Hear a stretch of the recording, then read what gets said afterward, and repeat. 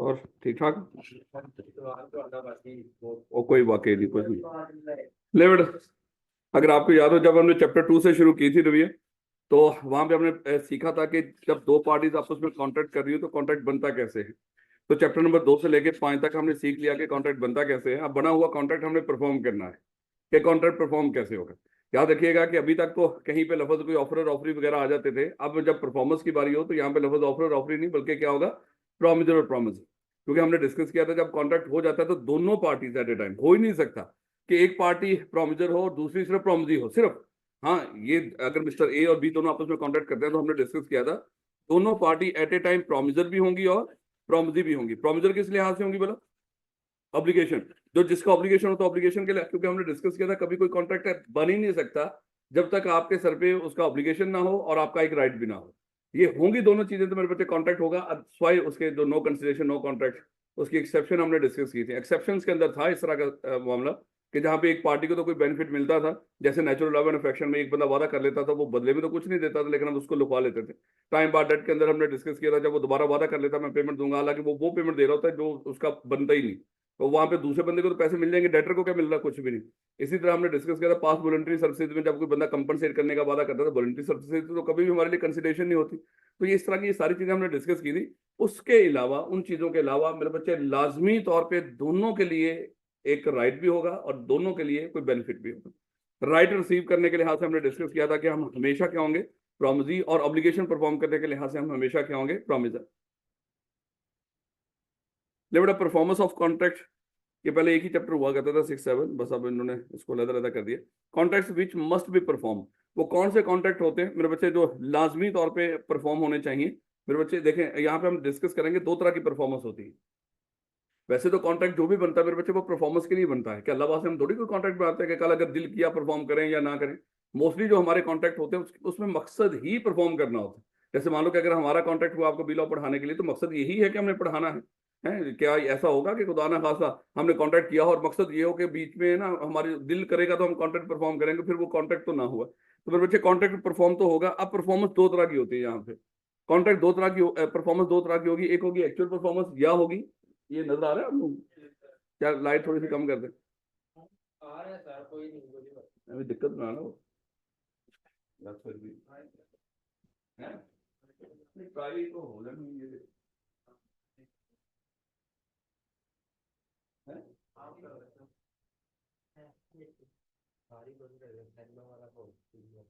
वही है, ये चेंज हुआ है तो कुछ तो फर्क पड़ा। ले बेटा, दो तरह की यहाँ पे परफॉर्मेंस होंगी, एक्चुअल परफॉर्मेंस और अटेम्प्टेड परफॉर्मेंस। एक्चुअल परफॉर्मेंस की बात करें तो मेरे बच्चे जब दोनों पार्टीज अपने अपने ऑब्लिगेशन परफॉर्म कर रहे हैं, जब दोनों अपने ऑब्लिगेशन परफॉर्म कर देते हैं ना, पक्की बात है दोनों को राइट भी मिल जाते हैं। जैसे मेरा और आपका बी लॉ पढ़ाने के लिए कॉन्ट्रैक्ट हुआ, यहाँ पे दोनों पार्टीज का ऑब्लिगेशन है, मेरा ऑब्लिगेशन आपको पढ़ाना, आपका ऑब्लिगेशन पे करना। अगर दोनों पार्टीज अपने अपने ऑब्लिगेशन परफॉर्म कर दें पक्की बात है दोनों को राइट भी मिल जाएंगे। अब मेरा ऑब्लिगेशन था पढ़ाना, मैं पढ़ा दूं तो आपका राइट जो था कि आपको ये कोर्स कंप्लीट मिल जाए वो मिल जाएगा।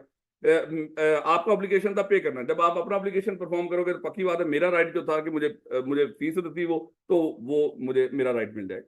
तो मेरे बच्चे एक्चुअल परफॉर्मेंस क्या होती है, जब दोनों पार्टीज अपने अपने ऑब्लिगेशन परफॉर्म करते हैं। जैसे मिस्टर ए ने मिस्टर बी को कहा था कि मिस्टर बी आपके पास ये घोड़ा है, 1 लाख रुपए का मुझे सेल कर दो। उसने कहा कि डन करें सर। ऑफर हुई, एक्सेप्टेंस हुई, कॉन्ट्रैक्ट बन गया। अब मिस्टर ए ने मिस्टर बी को 1 लाख रुपया दे दिया और मिस्टर बी ने मिस्टर ए को वो घोड़ा हैंड ओवर कर दिया। तो ये एक्चुअल परफॉर्मेंस है जब दोनों पार्टीज अपनी अपनी जिम्मेदारी परफॉर्म करते हैं। और मेरे बच्चे मोस्टली जो हम कॉन्ट्रैक्ट करते हैं वो परफॉर्मेंस के लिए ही करते हैं कि हम एक्चुअली परफॉर्म करेंगे, अनलेस कि वो कॉन्ट्रैक्ट वॉइड ना हो जाए, क्योंकि बाद में कुछ ऐसे हालात पैदा हो जाते हैं समटाइम कि कॉन्ट्रैक्ट परफॉर्म नहीं हो सकता। खैर, एक मेरे बच्चे होती है अटेम्प्टेड परफॉर्मेंस। अच्छा याद रखना, लफ्ज परफॉर्मेंस पे गौर कीजिएगा, है ये भी परफॉर्मेंस।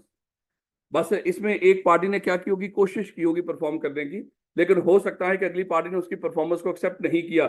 लॉ इसको परफॉर्मेंस ही मानता है।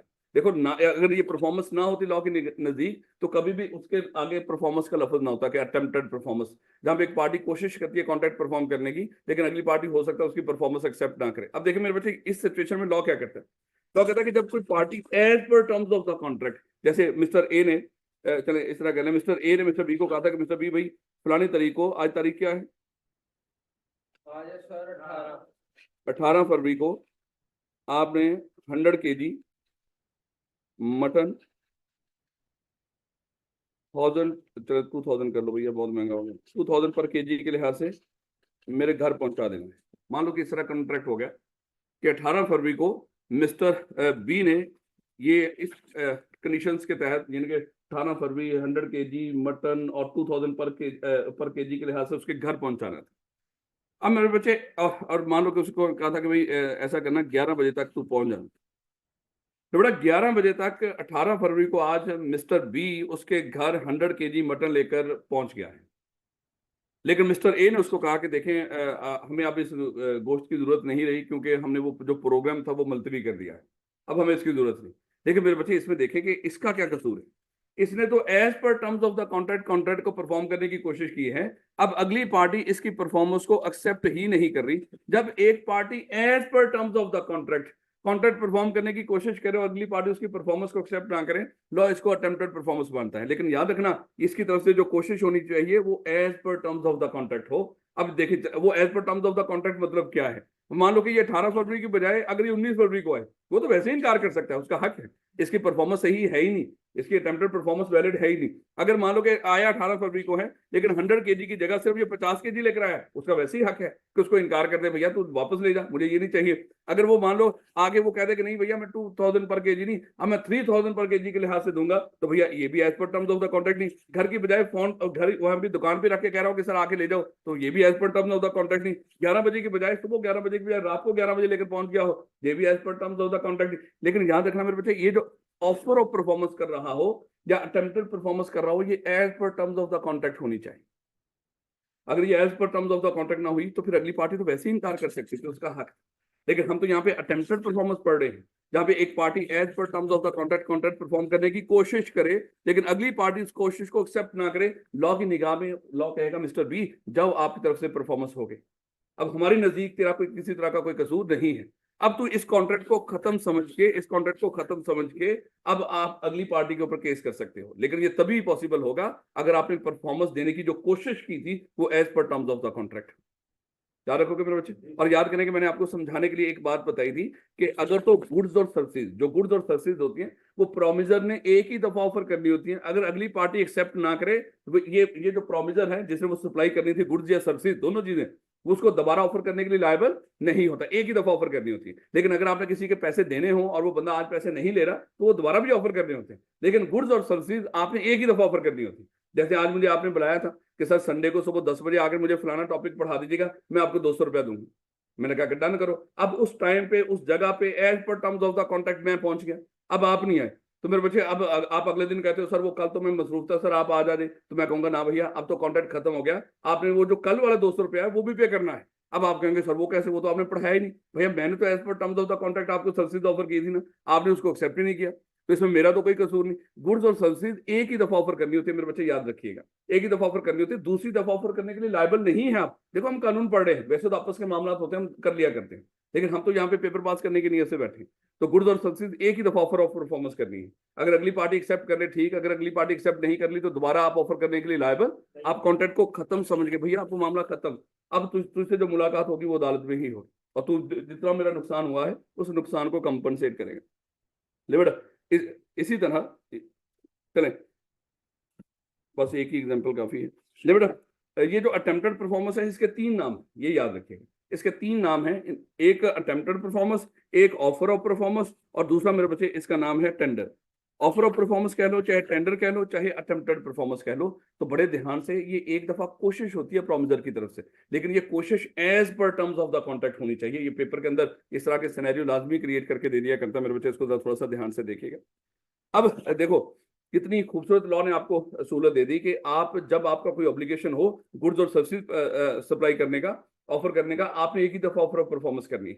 अगली पार्टी एक्सेप्ट ना करे आप कॉन्ट्रैक्ट को खत्म समझ के अगली पार्टी के ऊपर केस कर दो। लेकिन लॉ ने कहा कि वो जो आपकी ऑफर ऑफ परफॉर्मेंस है उसमें कुछ रिक्वायरमेंट्स फिर आपने पूरी करनी है।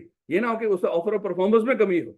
अगर ऑफर ऑफ परफॉर्मेंस में ही कमी हो, जैसे मैंने आज संडे को आपसे वादा किया था 10 बजे आगे पढ़ाने का, लेकिन मैं आज 11 बजे रहा हूं, आप कहेंगे सर अब तो मेरे पास मेरे कोई और कमिटमेंट भी है, अब तुम नहीं आप पढ़ो, इसमें तो मेरा कसूर है। बल्कि मैंने आपको वैलिड ऑफर ऑफ परफॉर्मेंस दी नहीं, आपका हक है कि मेरी जो ऑफर ऑफ परफॉर्मेंस है उसको एक्सेप्ट ही ना करे। तो याद रखना मेरे बच्चे, ये जो ऑफर ऑफ परफॉर्मेंस होती है ये एक ही दफा ऑफर ऑफ परफॉर्मेंस करनी होती है मान लो, लेकिन वो वैलिड होनी चाहिए। अब लॉ कहता है कि अगर आप ये चाहते हो कि आप कोशिश करें और अगली पार्टी एक्सेप्ट ना करे और आपका ऑब्लिगेशन परफॉर्म हो जाए, तो आपको फिर वो जो कोशिश कर रहे होंगे उसमें कुछ एसेंशियल पूरे करने पड़ेंगे। अब वो एसेंशियल मेरे बच्चे बड़े अहम हैं, और मैंने आपको बताया था पेपर के अंदर थोड़ा सा ध्यान से देखिएगा, हर क्वेश्चन को 2-3 दफा पढ़िएगा, कोई दिक्कत नहीं, वहां पे टाइम का कोई इशू नहीं आएगा। अगर उसने पूछा एसेंशियल्स ऑफ वैलिड ऑफर, अगर यहाँ तक क्वेश्चन रुक गया तो आप चैप्टर नंबर 2 में से आंसर कर रहे होंगे। अगर उसने पूछा essentials of valid offer of performance, या essentials of valid attempted performance, या एसेंशियल्स ऑफ वैलिड टेंडर, तो फिर मेरे बच्चे यहाँ से आंसर करना है। चले खैर, तो ये कौन कौन से एसेंशियल है? अनकंडीशनल, याद है हमने डिस्कस किया था कि जब हम कॉन्ट्रैक्ट करते हैं, कंडीशन जितनी मर्जी रख लो, बीच में रख सकते हैं। मान लो कि मिस्टर ए का मिस्टर बी के साथ कॉन्ट्रैक्ट हुआ था, बेतहाशा कंडीशन थी उसमें, लेकिन मेरे बच्चे वो at the time of contract आपने कंडीशन ऐड करनी है।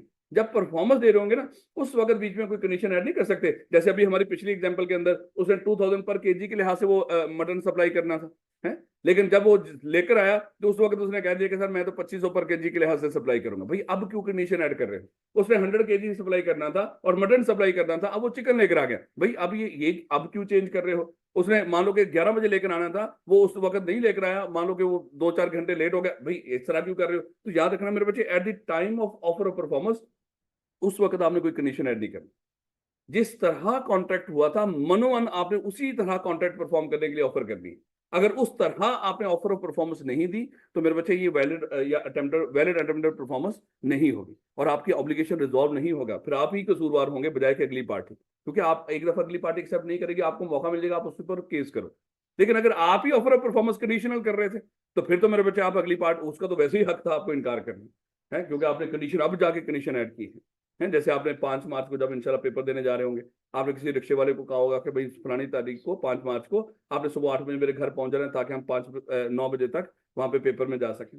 अब वो जब आपका डन हुआ था उसमें 1000 रुपए के साथ है, अब वो जब आया तो उसने कहा कि सर मैं तो 2000 चार्ज करूंगा। वो कंडीशनल ऑफर परफॉर्मेंस देना है। अब वो कंडीशन क्यों ऐड कर रहा है? ये जो बात करनी थी उस वक्त करनी थी जब हमारा कॉन्ट्रैक्ट हो रहा था, याद रखोगे इस बात को। तो कंडीशनल नहीं होना चाहिए, अनकंडीशनल। सादा अल्फाज में जिस तरह कॉन्ट्रैक्ट हुआ था उसी तरह ऑफर ऑफ परफॉर्मेंस करनी है, तब आपकी जान छूटेगी। उसके बाद प्रॉपर टाइम, मेरे बच्चे जब ऑफर ऑफ परफॉर्मेंस करनी है तो जो टाइम बीच में डिसाइड हुआ हो उस टाइम पर करनी है। प्रॉपर टाइम होना, अगर टाइम ना डिसाइड हुआ हो तो रीजनेबल टाइम। और रीजनेबल टाइम क्या होता है? Business hours. और बिजनेस आवर्स क्या होते हैं? बोला 9 to 5 है। तो ये कुछ रूल्स हम आगे जाके डिस्कस भी करेंगे कि ये कॉन्ट्रैक्ट कब तक परफॉर्म करना होता है। तो प्रॉपर टाइम होना चाहिए। ये नहीं कि एक बंदे ने आपको कहा हो कि ये फलानी चीज मुझे फलाने दिन सप्लाई कर देना, आप उस दिन लेकर गए और रात को 2-3 बजे लेकर चले गए। भैया ये तो गलत कर रहे हो आप, है। अगर कोई टाइम नहीं बताया था, देखो मोस्टली टाइम डिसाइड हो जाता है। अगर टाइम डिसाइड ना हो तो फिर आपने प्रॉपर टाइम के अंदर, रीजनेबल टाइम के अंदर, और फिर प्रॉपर टाइम क्या होता है? उसमें प्रॉपर टाइम हम कहेंगे बिजनेस आवर्स को, है, जब जब सारी दुनिया एक नॉर्मल एक्टिविटी कर रही होती है। उसके बाद मेरे बच्चे प्रॉपर प्लेस होनी चाहिए, यानी कि जिस जगह पे कॉन्ट्रैक्ट परफॉर्म हो रहा हो वो प्रॉपर, आगे जाके हम इसके रूल डिस्कस करेंगे कि किस जगह पे कॉन्ट्रैक्ट परफॉर्म करना होता है। ये प्रोमिजर के यानी कि पहले तो ये प्रोमिजी का राइट होता है कि वो उसको बताए। अगर वो भूल जाए तो फिर प्रोमिजर का ऑब्लिगेशन होता है कि वो भाई उस प्रोमिजी से पूछे, सर ये बताइएगा कि मैंने कॉन्ट्रैक्ट परफॉर्म कहाँ पे करना है। जैसे रिक्शे वाले को आपने कहा कि मुझे 5 मार्च को आपने एग्जामिनेशन हॉल तक लेके जाना, लेकिन आपने उसको बताना कि भाई वो आप उस तक पहुंचोगे या वो आप तक पहुंचेगा। अगर आप भूल जाते हो तो फिर उसका ऑब्लिगेशन है। लॉ ने कहा कि रिक्शे वाले को, भैया इस बच्चे से पूछ तो सही है कि वो आपके पास आएगा या आप उसके पास आएंगे। अगर वो ना हो तो फिर at the place of business, याद करें हमने डिस्कस किया था। फिर कॉन्ट्रैक्ट कहां पे परफॉर्म होता है? At the place of business. तो फिर वो रिक्शे वाले का जहां पे वो अड्डा होगा, जहां पे वो खड़ा होते होंगे, तो वहीं पे जाके आपने उसको पहुंचना है उस दिन। खैर, उसके बाद होल ऑब्लिगेशन। भाई जब आप ऑफर ऑफ परफॉर्मेंस कर रहे हो तो पूरी जिम्मेदारी परफॉर्म करनी है।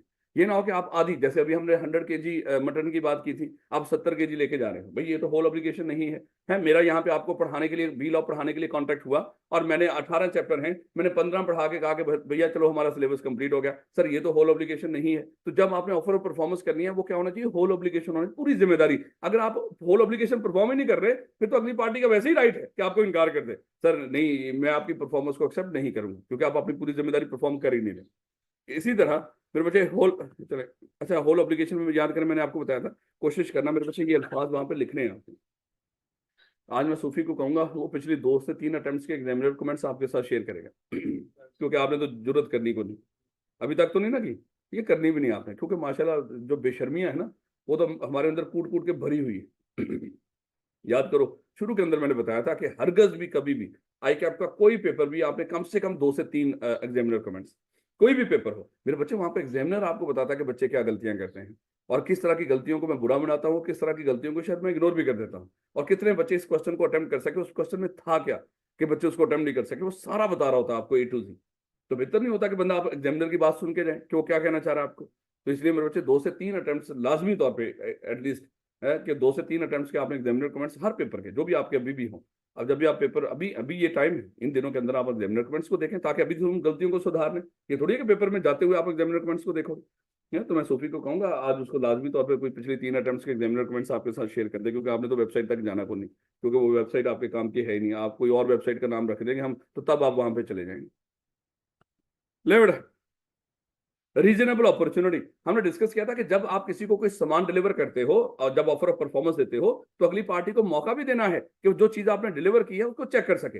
ये ना हो कि आप उसको चीज सप्लाई करें और उसको चेक करने का मौका ही ना दें, उसको कहेंगे सर सामान रखें बस मैं जा रहा हूं, है मेरी पेमेंट करें। ऐसा नहीं होना चाहिए। जब आप उसको सामान डिलीवर करो उसको मौका दो कि वो उस चीज को चेक कर सके। अगर आप उसको मौका नहीं दे रहे, ये वैलिड ऑफर ऑफ परफॉर्मेंस नहीं है और आपकी ऑब्लिगेशन मेरे बच्चे परफॉर्म नहीं होगा। इसी तरह ये तो मेरे बच्चे ये यहाँ तक ही है। तो इस अच्छी तरह तरीके से इन सारी जो लिस्ट मांग लेगा वो आपसे कि essential of valid offer of performance बताएं, लिस्ट करें। अच्छा, लिस्ट का मतलब होता है सिर्फ मेन फिर एक एक वो जो अल्फाज हैं सिर्फ वो बताने होते हैं। अगर वो कहते हैं कि डिस्क्राइब कर दो, एक्सप्लेन कर दो, तो फिर आपने ये थोड़ा सा आगे एक्सप्लेन भी करना होता है जो लिखा हुआ। बेटा effect of refusal to accept offer of performance, यहाँ पे मैंने आपको बताया था कि effect of refusal to accept offer of performance, जब एक पार्टी ऑफर ऑफ परफॉर्मेंस कर रही हो और अगली पार्टी उसको रिफ्यूज कर दे तो फिर इसका इफेक्ट क्या हो। वैसे समझाने के लिए मैंने बोला था अगर तो मेरे बच्चे कोई गुड्स एंड सर्विसेज ऑफर कर रहा हूं, बार बार बता रहा हूँ, गुड्स एंड सर्विसेज आपने एक ही दफा ऑफर ऑफ परफॉर्मेंस करनी होती है। ऑफर अपनी जिम्मेदारी, जैसे मिस्टर ए ने मिस्टर बी को कहा था मिस्टर बी 5 मार्च को आपने ये 12 बैग राइस के मुझे सप्लाई करने हैं। जिस क्वालिटी क्वांटिटी जो दिन तारीख जो जितना बताया था वो सारा कुछ लेकर mister B as per terms of the contract mister A के पास पहुंच गया। लेकिन मिस्टर ए ने उसको एक्सेप्ट करने से इनकार कर दिया। उसने कहा कि मुझे अब जरूरत नहीं है। तो मेरे बच्चे इसने तो बिल्कुल वैलिड ऑफर ऑफ परफॉर्मेंस की है। तो है भी क्या, गुड्स गुड्स एक ही दफा ऑफर ऑफ परफॉर्मेंस करनी होती है। अब ये मिस्टर बी ने उसको कहा कि ठीक हो गया सर, फिर कल हमारी मुलाकात होगी अदालत के अंदर है। अब जब वो अगर उसने कहा कि देख लेंगे, कर लेना जो करना है। अब वो शाम तक उसका कहा यार ये ना हो कि कल वो सच्ची मुझे अदालत पहुंचे। तो शाम को उसने उसको कॉल की कि भैया वो ले आ चीजें, वो जो मैंने आपको इनकार किया था वो ले आ। उसने कहा कि सर अब मैं आपको ऑफर ऑफ परफॉर्मेंस नहीं करूंगा, मैंने एक ही दफा ऑफर ऑफ परफॉर्मेंस करनी थी, अब इंशाल्लाह कल ही अदालत में ही मुलाकात होगी, नहीं तो मेरा इतना नुकसान हुआ है वो नुकसान पूरा कर दो यहीं पे, नहीं तो अदालत से मैं खुद ही ले लूंगा। तो ये मेरे बच्चे गुड्स एंड सर्विसेज आपने एक ही दफा ऑफर करनी होती है। सर्विसेज का मतलब क्या है, जैसे आज आपने यहाँ पे कोई इलेक्ट्रिसिटी का मसला बन गया, आपने किसी इलेक्ट्रिशियन को बुला लिया कि सर ये फलाने बिजली का मसला है, आप इसको रिजॉल्व कर दीजिएगा। आज आपने संडे को सुबह 10 बजे उसको बुलाया था, भाई इलेक्ट्रिशियन संडे को सुबह 10 बजे as per terms of the contract पहुंच गया आपके पास, लेकिन आप यहाँ पे पहुंचे नहीं। आप उसको बताने के लिए कहाँ पे बिजली का मसला है, वो वेट करके आपका चला गया। अब जब आप आए हो उसके काफी टाइम गुजरने के बाद अब आप उसको कह रहे हो कि भैया, वो कह रहे हैं सर अब तो मैं नहीं आऊंगा, हाँ जो मेरे पैसे बनते हैं वो आपने देना। उसने कहना काम तो किया नहीं सर, मैं तो पहुंच गया ना, इसमें मेरा तो कोई कसूर नहीं। वैसे भी इसमें ना नेग्लिजेंस ऑफ प्रॉम्जी आगे जाके हमने एक टॉपिक पढ़ना है कि जहाँ पे प्रॉम्जी नेग्लिजेंस बरता है जिसकी वजह से प्रॉमिजर अपना ऑब्लिगेशन परफॉर्म नहीं कर पाता, ये उस तरह की भी सिचुएशन है। खैर, लेकिन वैसे मैंने आपको बताया था कि पुरानी किताब में ये थे ये टॉपिक, ये जहाँ पे रेड आ जाए इसका मतलब ये पुरानी किताब में थे, अब उसने डिलीट कर दिए। तो ये हमने डिस्कस किया था अगर किसी के आपने पैसे देने हो, मिस्टर ए ने मिस्टर बी से 1 लाख रुपया उधार लिया हुआ था और उसने मान लो कि 1 लाख रुपया सूद समेत उसको वापस करना था 1 साल के बाद, 10% इसका सूद था इसके ऊपर। तो 1,10,000 उसने वापस करना था मिस्टर ए ने मिस्टर बी को। तो मिस्टर ए मिस्टर बी को 1 लाख रुपया वापस करने के लिए गया साल के बाद सूद समेत 1,10,000 पूरा लेकर गया है। लेकिन मिस्टर बी ने क्या किया, उसकी पेमेंट को लेने से इनकार कर दिया कि भाई अभी तो अपने पास ही रख। तो इसका मतलब ये नहीं कि आपने ये पैसे वापस ऑफर नहीं करने, नहीं नहीं, जब इस तरह का मामला हो पैसे आपने दोबारा ऑफर करने हैं, उसका हक है, उसको देने हैं आपने। लेकिन उसके बाद हमने डिस्कस किया था कि इसके ऊपर मजीद सूद नहीं लगता। ये पहले होता था, अब बस ये बताना चाह रहा हूँ कि पैसा अगर किसी का देना है, वो आज अगर नहीं ले रहा आपसे तो वो बाद में आपने देना है, लेकिन उसके बाद मजीद सूद नहीं लगता उसके ऊपर। लेकिन गुड्स एंड सर्विसेज आपने एक ही दफा ऑफर परफॉर्म करना है, उसके बाद अगर अगली पार्टी एक्सेप्ट नहीं कर रही तो आप दोबारा उसके लिए परफॉर्म करने के लिए लायबल नहीं है। थोड़ी सी अजीब सी बातें, लेकिन क्या करें, इसको थोड़ा सा अच्छे से देख लीजिएगा। बेटा obligation of representative of the promisor, देखो मेरे बच्चे जब दो पार्टीज आपस में कॉन्ट्रैक्ट करती है ना, ये कॉन्ट्रैक्ट तो इन दोनों के दरमियान होता है। कल अगर इनमें से कोई कॉन्ट्रैक्ट परफॉर्म नहीं हो रहा कर रहा होगा तो जिसके साथ कॉन्ट्रैक्ट हुआ है वही उस पार्टी के खिलाफ कानूनी कार्रवाई करे। हरगज नहीं होता कि जैसे मान लो कि मेरा आपके साथ कॉन्ट्रैक्ट हुआ है अभी लॉ के लिए, और कल आपके घर में से कोई बंदा आए और मेरे खिलाफ कोई कानूनी कार्रवाई कर रहा हो कि राणा साहब आप इस बच्चे की फीस वापस करें, राणा साहब आप ये करें वो करें। मेरा कॉन्ट्रैक्ट, आप बच्चे थोड़ी हो, आप बड़े हो, मेरा कॉन्ट्रैक्ट आपके साथ हुआ है, जो करना है वो आपने करना है। ये याद रखिएगा कि जिस बंदे के साथ कॉन्ट्रैक्ट हुआ होता है मेरे बच्चे, कल कानूनी चारागोई करने का राइट भी उसी को होता है, कोई और नहीं कर सकता। हाँ, लॉ ने एक बात कर दी, अगर खुदा ना खासा किसी बंदे की डेथ हो जाए, जिस बंदे के साथ आपका कॉन्ट्रैक्ट हुआ है, अगर उस बंदे की डेथ हो जाए, तो फिर मेरे बच्चे उसके जो राइट्स और ऑब्लिगेशन वो किसको ट्रांसफर हो जाते हैं? Legal representative. और मैंने आपको बताया था लीगल रिप्रेजेंटेटिव हमेशा तब आएंगे जब कोई बंदा मर जाए। कभी किसी जिंदा इंसान को ये नहीं कहना ये तेरे लीगल रिप्रेजेंटेटिव है, मेरे बच्चे वो चपेड़ें कराएगा आपको, वो अभी जिंदा है, वो मरा थोड़ी है, और अब आप उसको लीगल रिप्रेजेंटेटिव बता रहे हो। तो लीगल रिप्रेजेंटेटिव का कॉन्सेप्ट नाम आता ही कब है? जब कोई बंदा मर जाए, मरने के बाद कोई बंदा उसका लीगल रिप्रेजेंटेटिव बनेगा मेरे बच्चे। हाँ, जब तक तो जिंदा हो ये दोनों एक दूसरे के खिलाफ कानूनी कार्रवाई कर सकते हैं। अगर इनमें से किसी की डेथ हो जाए तो फिर मेरे बच्चे उसके राइट्स और ऑब्लिगेशन किसको ट्रांसफर हो जाएंगे? उसके लीगल रिप्रेजेंटेटिव को। अब ये उसके खिलाफ कानूनी कार्रवाई कर सकते हैं। तो ऑब्लिगेशन ऑफ रिप्रेजेंट, लेकिन ये याद रखना, ये तो उस वक्त, ये भी मामला उस वक्त होगा, लीगल रिप्रेजेंटेटिव उस वक्त बीच में आते हैं अगर कॉन्ट्रैक्ट पर्सनल नेचर का ना हो या पर्सनल स्किल्स रिक्वायर्ड ना हो। जहां पे पर्सनल नेचर का हो या पर्सनल स्किल्स रिक्वायर्ड हो, फिर तो मेरे बच्चे जिन दो पार्टीज के दरमियान कॉन्ट्रैक्ट होता है उन्होंने ही परफॉर्म करना है। और अगर उनमें से किसी की डेथ हो जाए तो फिर कॉन्ट्रैक्ट वैसे ही वॉइड हो जाता है। वॉइड कॉन्ट्रैक्ट था ना, दोबारा से लेकर आओ दिमाग में, वॉइड कॉन्ट्रैक्ट क्या था? ऐसा कॉन्ट्रैक्ट जो बनते वक्त बिल्कुल वैलिड था, लेकिन बाद में कुछ ऐसे हालात पैदा हो जाए जिसकी वजह से परफॉर्म नहीं हो सकता, तो वॉइड कॉन्ट्रैक्ट। अगर तो कॉन्ट्रैक्ट पर्सनल नेचर का हो या पर्सनल स्किल्स रिक्वायर्ड हो, तो मेरे बच्चे वहां पे अगर किसी बंदे को कुछ हो जाए तो उसके बाद कॉन्ट्रैक्ट क्या हो जाएगा? वॉइड। अब जस्ट एग्जांपल मान लो कि ये मैं बी लॉ पढ़ा रहा हूँ, भाई इसमें ये पर्सनल स्किल्स रिक्वायर्ड है। अब मेरे घर वालों को किसी को लॉ नहीं आता है, अगर खुदा ना खासा कल मुझे कुछ हो जाए तो ये थोड़ी है कि आप कहेंगे सर आपके घर वाले ये कॉन्ट्रैक्ट परफॉर्म करेंगे। भैया ये पर्सनल स्किल्स रिक्वायर्ड है, उनको नहीं आता, तो ये कॉन्ट्रैक्ट क्या हो जाएगा? ये वॉइड हो जाएगा। भाई उसमें एक और भी तो, मरने के अलावा कुछ और भी तो डिस्कस किया था, बेशरम तू मार ही दे। शादी वाली एग्जांपल आपने, वो तो है ही है। अच्छा ले भाई, कर ले शादी। भाई मिस्टर ए और मिस्टर बी की आपस में एंगेजमेंट हुई है, अगर खुदा ना खासा किसी की डेथ हो जाए तो ये पर्सनल नेचर का है। मैं पर्सनल स्किल्स की आपको एग्जांपल दे रहा हूँ बेशरम, वो नहीं देखना। और दोनों है ना। अजीब बंदा है यार, दोनों है। चलो आप बहुत अच्छे पेंटर हो, बात समझ आ रही है कि नहीं? आप पेंट करते हो हाथों से, ठीक हो गया है, आप बहुत अच्छे पेंटर हो, हमने आपके साथ कॉन्टेक्ट किया हो कि हमारी पेंटिंग बना दो, खुदा ना खासा अल्लाह ना करे, वैसे ही आपको एग्जांपल दे रहा हूँ। अगर अगर हाथों को कुछ हो जाए, है? वैसे मैं बात करूँ लगा, फिर हाथों को कुछ हो जाए तो मेरे बच्चे आप क्या पेंटिंग बना सकोगे? है? अब तो रौला खत्म हो गया है, तो इसलिए ये कॉन्ट्रैक्ट क्या हो जाएगा? ये कॉन्ट्रैक्ट वॉइड हो जाएगा। तो पर्सनल नेचर और स्किल्स दोनों की बात हो रही है। तो अगर अगर अगर तो पर्सनल नेचर का कॉन्ट्रैक्ट हो और अगर किसी बंदे की डेथ हो जाए तो फिर तो मेरे बच्चे कॉन्ट्रैक्ट परफॉर्म नहीं होता, फिर तो लीगल रिप्रेजेंटेटिव बीच में। इसी तरह ये डॉक्टर साहब से किसी ने ऑपरेशन के लिए टाइम लिया हुआ है और डॉक्टर साहब जाहिर बात है ये स्पेशलिस्ट है, और अगर ये इस डॉक्टर की डेथ हो जाए तो क्या घर वालों में से कोई उस ऑपरेशन को परफॉर्म करे? नहीं, ये पर्सनल स्किल्स है। तो जहां पे पर्सनल स्किल्स रिक्वायर्ड हो या पर्सनल नेचर का कॉन्ट्रैक्ट हो, अगर उस बंदे की प्रोमिजर की डेथ हो जाए या वो बंदा डिसेबल हो जाए, वो परफॉर्म करने के काबिल ना रहे, तो फिर मेरे बच्चे कॉन्ट्रैक्ट वॉइड हो जाए, तो उसको परफॉर्म करने की जरूरत नहीं। यानी कि बाय डिफॉल्ट कॉन्ट्रैक्ट किन्होंने परफॉर्म करना होता है? जिन दो के दरमियान हुआ।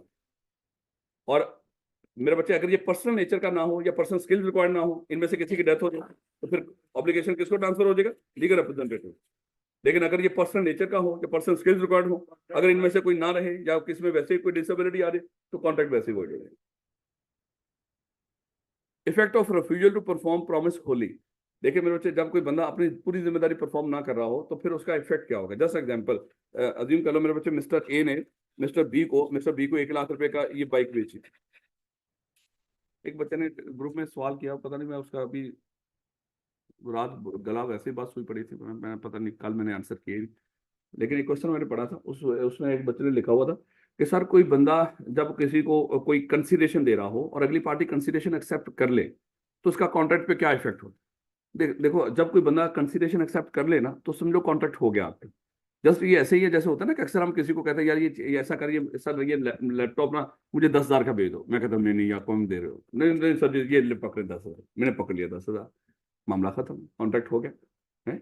ये बड़ी आम सी बात है। अक्सर लोग क्या करते हैं, इनकार करते हैं, नहीं नहीं सर ये कम पैसे हैं, लेकिन हम दे देते हैं उनको और वो एक्सेप्ट कर लेते हैं। मैं वैसे मैं बात करूँ, जस्ट एग्जांपल, यकीन कर लो वल्लाह कि जब मैं ये जूते लेने गया ना मार्केट के अंदर, है भाई था साथ, तो उसने उस दुकानदार को कहा कि उसने बहुत पैसे बता दिए इसके, है बहुत, मतलब हमारी कहाँ से तो बाहर थे ना, है और नहीं दुकान थी हम उसकी, सही बंदा था। अब बेशर्मा क्या पठान सही बंदे नहीं होते बेशर्म? अच्छा देखो, नहीं नहीं, उनका हक है, उनको पता है कि आप लोग उनको तंग करते हैं, वो कमाने के लिए आए हुए हैं यहाँ पे, उनका नहीं, वो बेचारे बीवी बच्चे हैं उनके भी।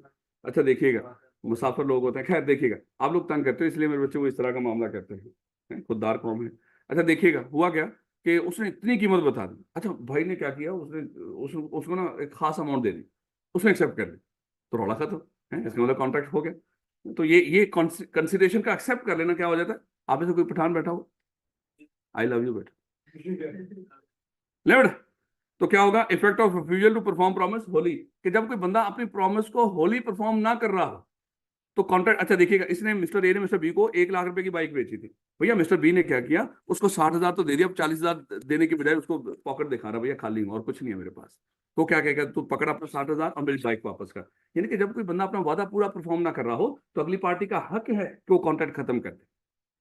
जैसे आप लोगों की जिम्मेदारी थी कि आपने 10,000 पे करना था बिलॉ के लिए, हैं आपने 6,000 पे किया, बाकी कहा कि सर हमारे पास है नहीं, तो ठीक है फिर निकलो यहाँ से, हैं रौला खत्म हुआ, कॉन्ट्रैक्ट खत्म हुआ, हैं? हम भी इतने ही जालिम हैं। ले बेटा, इंतहाई अहम टॉपिक, इंतहाई super duper important, appropriation of payment. याद रखोगे अप्रोप्रिएशन ऑफ पेमेंट की कब नौबत आया करती थी भला, जब एक डेटर ने किसी क्रेडिटर से एक से ज्यादा लोन लिए हों और वो लोन वापस कर रहा हो, वो लोन वापस करो लेकिन सारे लोन वापस ना कर रहा हो, सब ड्यू हो, और कुछ अमाउंट वापस करे। फिर ये जो कुछ अमाउंट उसने वापस की है इसको कैसे अप्रोप्रिएट करना है। बेटा देखें, हम सारा रीड नहीं करेंगे, बाकी आप जरा थोड़ा सा उसको देखिएगा। मान लो कि कोई मिस्टर ए है, इस मिस्टर ए ने मिस्टर बी से ये 3 लोन लिए, एक 2018 में, 2019 में, 2020 में, और फिर मेरे बच्चे उसके बाद 2020 में ही आखिरी महीने में जाके उसे 90,000 की अमाउंट उसको वापस की है। ये 2020 में बात हो रही है, तो बीच में एक यहाँ पे रख लेते हैं, 2015 में भी मेरे बच्चे एक लोन था जो मिस्टर ए ने मिस्टर बी से लिया था, मान लो कि 60,000 रुपए का, लेकिन नजर आ रहा है 60,000 रुपए का, लेकिन मेरे बच्चे वो उसने वापस नहीं किया था और वो टाइम बार्ड हो चुका था। ये जो 60,000 का डाटा ये क्या है, ये टाइम बार्ड। अब ये लोन आपको कुछ नजर आ रहे होंगे, ये इनकी अभी सबकी ड्यू डेट है, ये सब इनकी ड्यू डेट है और ये सारे पेंडिंग भी है, ड्यू डेट भी गुजर चुकी, जाहिर बात है ये पेंडिंग है। मिस्टर ए ने क्या किया, ये सारे लोन वापस नहीं किए, बल्कि 2020 में सिर्फ 90,000 की अमाउंट रिपेमेंट उसको वापस की है। हम पढ़ने क्या जा रहे हैं, appropriation of payment. Appropriation of payment की नौबत कब आती है, जब एक डेटर ने किसी क्रेडिटर से एक से ज्यादा लोन लिए हों और फिर वो सारे लोन वापस ना कर रहा हो बल्कि कुछ अमाउंट वापस कर रहा हो। जब वो कुछ लोन की अमाउंट वापस करेगा, अब ये लोन की अमाउंट है उसने सारे तो वापस किए नहीं, कुछ वापस किया, तो ये कौन सा लोन एडजस्ट हो। तो ये मेरे बच्चे रूल्स हमने डिस्कस करने हैं।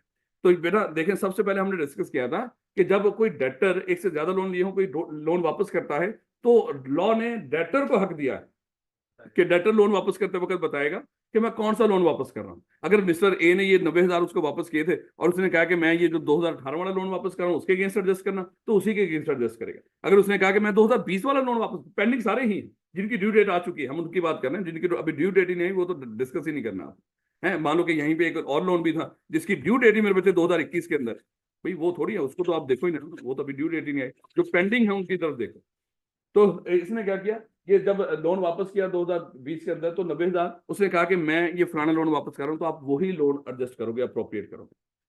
अब मेरे बच्चे इसका मतलब क्या हुआ, बाय डिफॉल्ट पक्का करके पेपर में याद रखिएगा कि डेटर के पास सबसे पहले राइट होता है कि वो बताएगा कि मैं कौन सा लोन एडजस्ट करवाना चाह रहा हूं। अगर डेटर उसको लोन वापस करे और ये ना बताए कि मैं कौन सा लोन एडजस्ट कर रहा हूं, फिर लॉ ने कहा अब ये राइट चला जाएगा क्रेडिटर के पास, फिर क्रेडिटर लोन को एडजस्ट कर ले और जौन सा मर्जी लोन एडजस्ट कर ले। इवन क्रेडिटर वो टाइम बाद डेट भी एडजस्ट कर सकता है। देखो टाइम बाद डेट, अब वो क्रेडिटर रिकवर करने का हक खो चुका था, अब इस ये 60,000 के ऊपर इसका कोई हक नहीं था कि उसको उसको उससे मांगे। लेकिन जब डेटर कोई लोन वापस करे और वो ना बताए कि मैं कौन सा लोन वापस कर रहा हूं, लॉ ने अब दोबारा हक दे दिया इस क्रेडिटर को कि तू जो मर्जी लोन एडजस्ट कर ले इस अमाउंट के अगेंस्ट, हत्ता कि तू वो लोन भी एडजस्ट कर सकता है जो अब क्या हो चुका हो, टाइम बार्ड हो चुका। यानी कि अब ये मिस्टर बी चाहे तो इस 90,000 में से सबसे पहले 60,000 ये एडजस्ट करे, उसके बाद 30,000 जिस मर्जी लोन के अगेंस्ट वो एडजस्ट कर ले, क्योंकि सबसे पहले राइट डेटर का, अगर डेटर अपना राइट यूटिलाइज करना भूल जाए तो फिर राइट किसके पास चला जाएगा, क्रेडिटर के पास, और क्रेडिटर जो मर्जी लोन एडजस्ट कर ले, इवन वो टाइम बाद डेट एडजस्ट कर सकता है। अब हाँ मैं अगली बात यही करने लगा हूं, अगर कोई डेट डिस्प्यूटेड डेट वो होता है जिसके राइट और ऑब्लिगेशन के ऊपर अभी दोनों पार्टी का तजाद हो। ये कह रहा हो कि मैंने आपको देना है इतनी अमाउंट, वो कह रहे हैं नहीं नहीं इतनी अमाउंट नहीं, इतनी अमाउंट है, उस डेट के ऊपर, उस खास डेट के ऊपर दोनों का डिस्प्यूट है और वो मामला अदालत में पेंडिंग हो, तो मेरे बच्चे वो डेट एडजस्ट नहीं करता। यहाँ पे जो एडजस्ट कर सकता है क्रेडिटर, वो कौन सा एडजस्ट करेगा, टाइम बाद एडजस्ट करेगा या जो अभी है। लेकिन मेरे बच्चे डिस्प्यूटेड डेट जिसके ऊपर दोनों का पंगा हो उसको एडजस्ट नहीं कर सकते। याद रखोगे, अभी तक हमने क्या पढ़ा कि जब कोई डेटर कोई अमाउंट वापस करेगा, उसने कई डेट्स ले रखे हों, जब कोई लोन वापस करेगा तो सबसे पहले डेटर का राइट है, वो जो बता देगा वही एडजस्ट करेगा क्रेडिटर। लेकिन अगर डेटर लोन वापस करते वक्त भूल जाएगा मैं कौन सा डेट वापस कर रहा हूं, तो फिर राइट चला जाएगा क्रेडिटर के पास, तो क्रेडिटर जिस मर्जी लोन के अगेंस्ट उसको एडजस्ट कर ले, इवन टाइम बाद एडजस्ट कर सकता है, लेकिन डिस्प्यूटेड डेट एडजस्ट नहीं कर सकता। और डिस्प्यूटेड डेट कौन सा है? जिसपे फड्डा हो। उसके बाद फिर बच्चे हमने डिस्कस किया, अगर डेटर भी भूल जाए तो मैं कौन सा लोन वापस कर रहा हूं, और क्रेडिटर भी उसको एडजस्ट करना भूल जाए कि मैं कौन सा लोन एडजस्ट कर रहा हूं, तो फिर मेरे बच्चे इन ऑर्डर ऑफ टाइम के लिहाज से सबसे पहला डेट कौन सा था, और सबसे पहला डेट चाहे टाइम बाद भी हो वो एडजस्ट होगा मेरे बच्चे। यानी कि अगर इस ये भी भूल गया और ये भी भूल गया, क्योंकि जब वो कोई पैसा दे तो उसने बताया नहीं कि मैं कौन सा लोन वापस कर रहा हूँ, उसने भी चुप करके पैसे वसूल तो कर लिए, एंट्री पास कर ली कि उससे पैसा वसूल हो गया, लेकिन एंट्री पास करते वक्त ये नहीं लिखा कि मैं कौन सा लोन एडजस्ट कर रहा हूँ, बस पैसे वसूल हो गए उससे। अब यहाँ पे मेरे बच्चे याद रखना इन ऑर्डर ऑफ टाइम, यानी कि टाइम के लिहाज से जो सबसे पहला डेट, और सबसे पहला डेट कौन सा है? 60,000 है, वो टाइम बार्ड है चाहे, वो भी एडजस्ट हो जाएंगे। और याद रखिए इसने क्या किया, सबसे पहला डेट, उसके बाद जो रिमेनिंग अमाउंट अगर कुछ बच गई वो दूसरे डेट में एडजस्ट हो जाएगी। और फिर हमने डिस्कस किया था, यहीं पे रूल डिस्कस किया था कि मान लो कि इसने क्या किया है, मिस्टर ए ने इसको 30,000 वापस किया है, और अभी समझ लो कि ये टाइम बाद डेट भी अभी गैप कर दो, हम ये सादा रख लेते हैं। इसने 30,000 वापस किया है और नहीं बताया कि मैं कौन सा लोन वापस कर रहा हूं, उसने भी इसको अप्रोप्रिएट नहीं किया कि मैं कौन सा लोन एडजस्ट कर रहा हूं, तो मेरे बच्चे फिर इन ऑर्डर ऑफ टाइम, और सबसे पहला डेट कौन सा? 2018 वाला। लेकिन मेरे बच्चे क्या वो पूरे का पूरा एडजस्ट हो जाएगा? नहीं, अभी अभी क्या होगा, इसमें से 30,000 लेस हो जाएगा, बाकी 70,000 अभी भी पड़ा हुआ, 70,000 अभी पड़ा हुआ। उसके बाद उसने क्या किया, कुछ दिनों के बाद 40,000 मजीद दिया, फिर नहीं बताया। अच्छा, फिर अगर फिर बता दिया तो फिर वही जो उसने बताया होगा, ये ना हो कि फिर आप एडजस्ट करना शुरू कर दें, आप कहेंगे ना ना आप तो फंस गया, आप तो पहला डेट ही एडजस्ट होता रहेगा जब तक पूरा सेटल ना हो। ना ना, जब वो नहीं बताएगा और क्रेडिटर भी अप्रोप्रिएट नहीं करेगा, फिर इन ऑर्डर ऑफ टाइम। अगर उसने बता दिया फिर वही चीज शुरू से वो देखोगे कि अगर जो बता दिया हो फिर वही एडजस्ट करना है। लेकिन हम यहाँ पे assumption ले रहे हैं, अगर नेक्स्ट टाइम उसने फिर 40,000 पे किया और नहीं बताया मैं कौन सा लोन वापस कर रहा हूँ, और उसने भी एडजस्ट नहीं किया कि मैं कौन सा लोन एडजस्ट अप्रोप्रिएट कर रहा हूँ इसमें, तो फिर अगेन ये कहां पे जाएगा? इस 70,000 में एडजस्ट हो। अब 70,000 में मेरे बच्चे 40,000 अभी मजीद लेस हो गया, लेकिन मेरे बच्चे 30,000 तो भी पड़ा हुआ, उसने कुछ दिनों के बाद 20,000 और वापस किया, फिर यही सारी सिचुएशन। तो फिर जब तक पहला लोन सारे का सारा एडजस्ट नहीं हो जाएगा, उस वक्त तक इन ऑर्डर ऑफ टाइम यही एडजस्ट होता रहेगा। जब वो सारा एडजस्ट हो गया तो फिर सेकंड एडजस्ट होना शुरू हो जाएगा। याद रखोगे इस बात को। लेकिन अगेन बता रहा हूं, ये तभी है जब दोनों नहीं उसको एडजस्ट करते हैं। अगर उसने अगेन बता दिया तो फिर रूल वही है, जो बताएगा वही करना है आपको, क्योंकि बच्चों को लगेगा कि बस एक दफा जो शुरू हो गया ना डेट एडजस्ट होना, तो अब वो जब तक पूरा सेटल ही ना हो जाएगा वो उसी के अगेंस्ट जाता रहेगा। याद रखोगे इस बात को। ले बेटा, अभी तक हमने क्या रूल डिस्कस किए? सबसे पहले डेटर का राइट वो बताएगा, अगर डेटर भूल जाए तो फिर राइट किसके पास चला जाता है? क्रेडिटर। और क्रेडिटर के पास जब राइट जाएगा वो कोई भी लोन एडजस्ट कर सकता है, इवन टाइम बाद, लेकिन कौन सा एडजस्ट नहीं करेगा? डिस्प्यूटेड। अगर दोनों भूल जाए तो फिर in order of time adjust होगा। अब अगली बात आती है, सर अगर प्रिंसिपल और इंटरेस्ट दोनों ड्यू, तो हमने डिस्कस किया था सबसे पहले इंटरेस्ट एडजस्ट होगी, उसके बाद प्रिंसिपल की अमाउंट एडजस्ट हो। यानी कि अगर प्रिंसिपल इंटरेस्ट 70,000 पेंडिंग है और जो प्रिंसिपल है वो 2,80,000 है और इसने 90,000 वापस किया है, तो सबसे पहले 70,000 एडजस्ट होगा इंटरेस्ट वाला, उसके बाद मेरे बच्चे प्रिंसिपल एडजस्ट होगा। ये नहीं कि सर अगर हम कहे, भाई आप क्यों कहोगे, लॉ ने कह दिया कि जब आप पैसे वापस करोगे सबसे पहले इंटरेस्ट, उसके बाद जो प्रिंसिपल अमाउंट जो आप कहोगे उसमें एडजस्ट होगा। याद रखोगे इस बात। ये नहीं कहेंगे कि हम 90,000 वापस करके ना ना ये पूरे का पूरा तो सिर्फ 2018 वाला लोन एडजस्ट कर, प्रिंसिपल एडजस्ट कर। भाई क्यों नहीं, क्यों करे वो प्रिंसिपल एडजस्ट? लॉ ने उसको बता रखा है कि सबसे पहले क्या एडजस्ट होती है? इंटरेस्ट। क्योंकि मोस्टली हमने डिस्कस किया था, याद करो, लॉजिकली थोड़ा सा डिस्कस करने की कोशिश की थी कि जो इंटरेस्ट होती है वो प्रिंसिपल अमाउंट के ऊपर होती है, समटाइम इंटरेस्ट के ऊपर मजीद इंटरेस्ट नहीं होती, मान लो। तो अगर कोई बंदा, अगर आपने प्रिंसिपल सारा वापस कर दिया और खाली इंटरेस्ट आएगी, फिर तो आगे वो इंटरेस्ट चार्ज कर ही नहीं सकेगा, है, इसलिए वो सबसे पहले इंटरेस्ट एडजस्ट करेगा, ताकि प्रिंसिपल जब तक पेंडिंग रहेगा उसको मजीद सूद इकट्ठा होता रहेगा उसके पास। बेटा उसके बाद एक और रूल हमने डिस्कस किया ना, अगर कुछ डेट एक ही तारीख को ड्यू, अगर कुछ डेट्स एक ही तारीख को ड्यू हो। अब जरा थोड़ा सा देखिएगा, एक पिछले दिनों में एक बच्चे ने एक सवाल किया था, मैं कोशिश करता हूँ वही, चलें पहले तो सादा रखो ना। मिस्टर ए ने एक उधार लिया 90,000 का, और इसकी ड्यू डेट है मेरे बच्चे 1 जनवरी 2025। फिर एक लोन लिया 60,000 का, ये कैलकुलेशन आसान बनाने के लिए लिख रहा हूँ। फिर उसकी डेट मेरे बच्चे 1 जनवरी 2025। फिर लोन लिया 30,000 का, अगेन मेरे बच्चे 1 जनवरी 2025। अब उसने क्या किया, अब उसने एक अमाउंट वापस की, मान लो कि 1 जनवरी 2025 को उसने मान लो कि 45,000 वापस किया है, 45,000 वापस किया है। अब मेरे बच्चे इसको कैसे अप्रोप्रिएट करेंगे? तो याद है हमने डिस्कस किया था इस तरह के डेट्स क्या कहलाते हैं? Equally standing debts. ऐसे डेट्स क्या कहलाते हैं? जो इक्वली स्टैंड कर रहे हो, एक ही तारीख को स्टैंड कर रहे हैं। तो हमने डिस्कस किया था, अब ये नहीं कि आपने फलानी, अब ये तो एक ही तारीख को ये 3 डेट्स ड्यू थे और उस दिन आप वो कितना वापस कर रहे हैं? मान लो कि चलो इसको कर लो, इसको कोई और अमाउंट कर लो, 50,000 उसने वापस किया है। अब मेरे बच्चे 50,000 किसके अगेंस्ट एडजस्ट होगा? किसी एक डेट के अगेंस्ट एडजस्ट नहीं होगा, बल्कि इस 50,000 को इन तीनों में प्रोपोर्शनेटली एलोकेट करेंगे। अब प्रोपोर्शनेटली एलोकेट कैसे करेंगे? ये टोटल अमाउंट कितनी बन गई बेटा? 180। अब मेरे बच्चे अगर हम देखें 90,000 का कितना हिस्सा आएगा इसमें? 50,000 डिवाइडेड बाय 180। तो ये किसका हिस्सा आ जाएगा? चाहिए या 180 जो, चलो ऐसे कर लो ताकि आपको पता चले।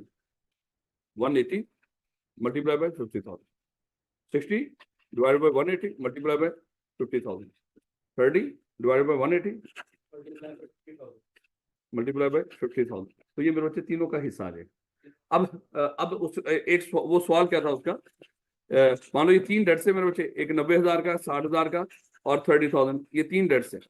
एक डेट की ये जो पहले 2 डेट्स हैं इनको रख लेते हैं। मान लो 31 दिसंबर, इसकी भी 31 दिसंबर 25, 31 दिसंबर 25, और इस 30,000 की मेरे बच्चे ड्यू डेट थी, अज्यूम कर लो 1 जनवरी। ठीक हो गया? नहीं बेटा, उसने क्या किया? उसने कोई लोन की अमाउंट वापस किया 50,000, और ये लोन की अमाउंट वापस की है उसने 1 जनवरी को। बात समझ आ रही है? और नहीं बताया कि मैं कौन सा लोन एडजस्ट करूं, और उसने भी अप्रोप्रिएट नहीं किया कि मैं कौन सा लोन एडजस्ट करूं। तो मेरे बच्चे फिर इन ऑर्डर ऑफ टाइम, जब इन ऑर्डर ऑफ टाइम किया तो वहां पे देखा कि 31 दिसंबर को तो 2 डेट्स ड्यू हैं। तो ये जो 50,000 है इन 2 डेट्स में कैसे अप्रोप्रिएट करोगे? प्रोपोर्शनेटली। इक्वली लफ्ज बोलना, प्रोपोर्शनेटली बोलना है। याद रखोगे इस बात को, इक्वली तो होता है दोनों को 25,000 से। इसका मतलब अगर ये सारा यहीं पर एडजस्ट हो जाएगा फिर इसके अगेंस्ट एडजस्ट हो गई। याद रखोगे इस बात को, लेकिन वहां पे उन दोनों के अगेंस्ट कैसे करना है? प्रोपोर्शनेटली। इस तरह का सवाल उस बच्चे ने किया हुआ। नहीं बेटा,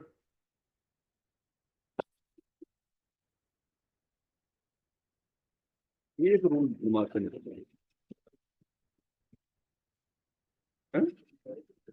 हम्म, हाँ हाँ हाँ हाँ, बिल्कुल। ले बेटा, एक चीज दिमाग में आ रही थी कि मिस्टर ए जब ये लोन वापस करेगा, जब मिस्टर ए डेटर का जब कोई लोन वापस करेगा, तो उसने क्या किया हो, कोई लोन वापस किया हो, वो एक्सप्रेसली भी बताएगा मैं कौन सा लोन वापस कर रहा हूँ, इम्प्लॉयडली भी बता सकता। अब एक्सप्रेसली तो मेरे बच्चे समझ आ गई कि उसने 90,000 वापस किया, उसने कह दिया कि ये लोन 2018 वाला एडजस्ट कर ले, तो वो तो समझ आ गई कि 2018 वाला एडजस्ट कर देगा। लेकिन हो सकता है वो इम्प्लॉयडली बता रहा। अब इम्प्लॉयडली मेरे बच्चे आपको पता है कि जो ना, अच्छा एक्सप्रेसली में लिखकर भी हो सकता है, बोलकर भी हो सकता है।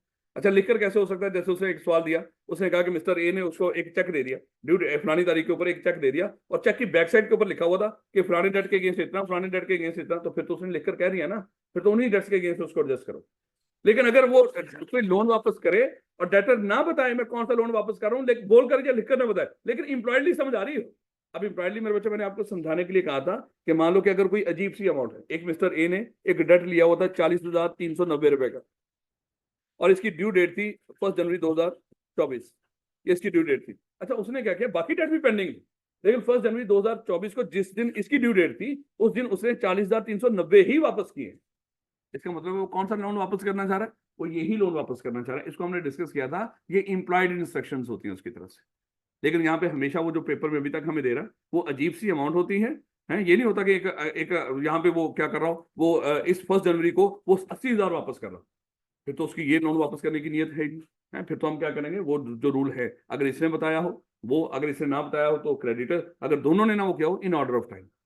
याद रखोगे इस बात को। लेकिन अगर कोई अजीब सी अमाउंट हो और उस ड्यू डेट के ऊपर, उसकी ड्यू डेट के ऊपर वो अजीब सी अमाउंट ही उसको वापस कर रहा हो, अब उसकी इंप्लाइड इंस्ट्रक्शन है कि मैं वही लोन वापस कर, हम समझ जाएंगे इसको।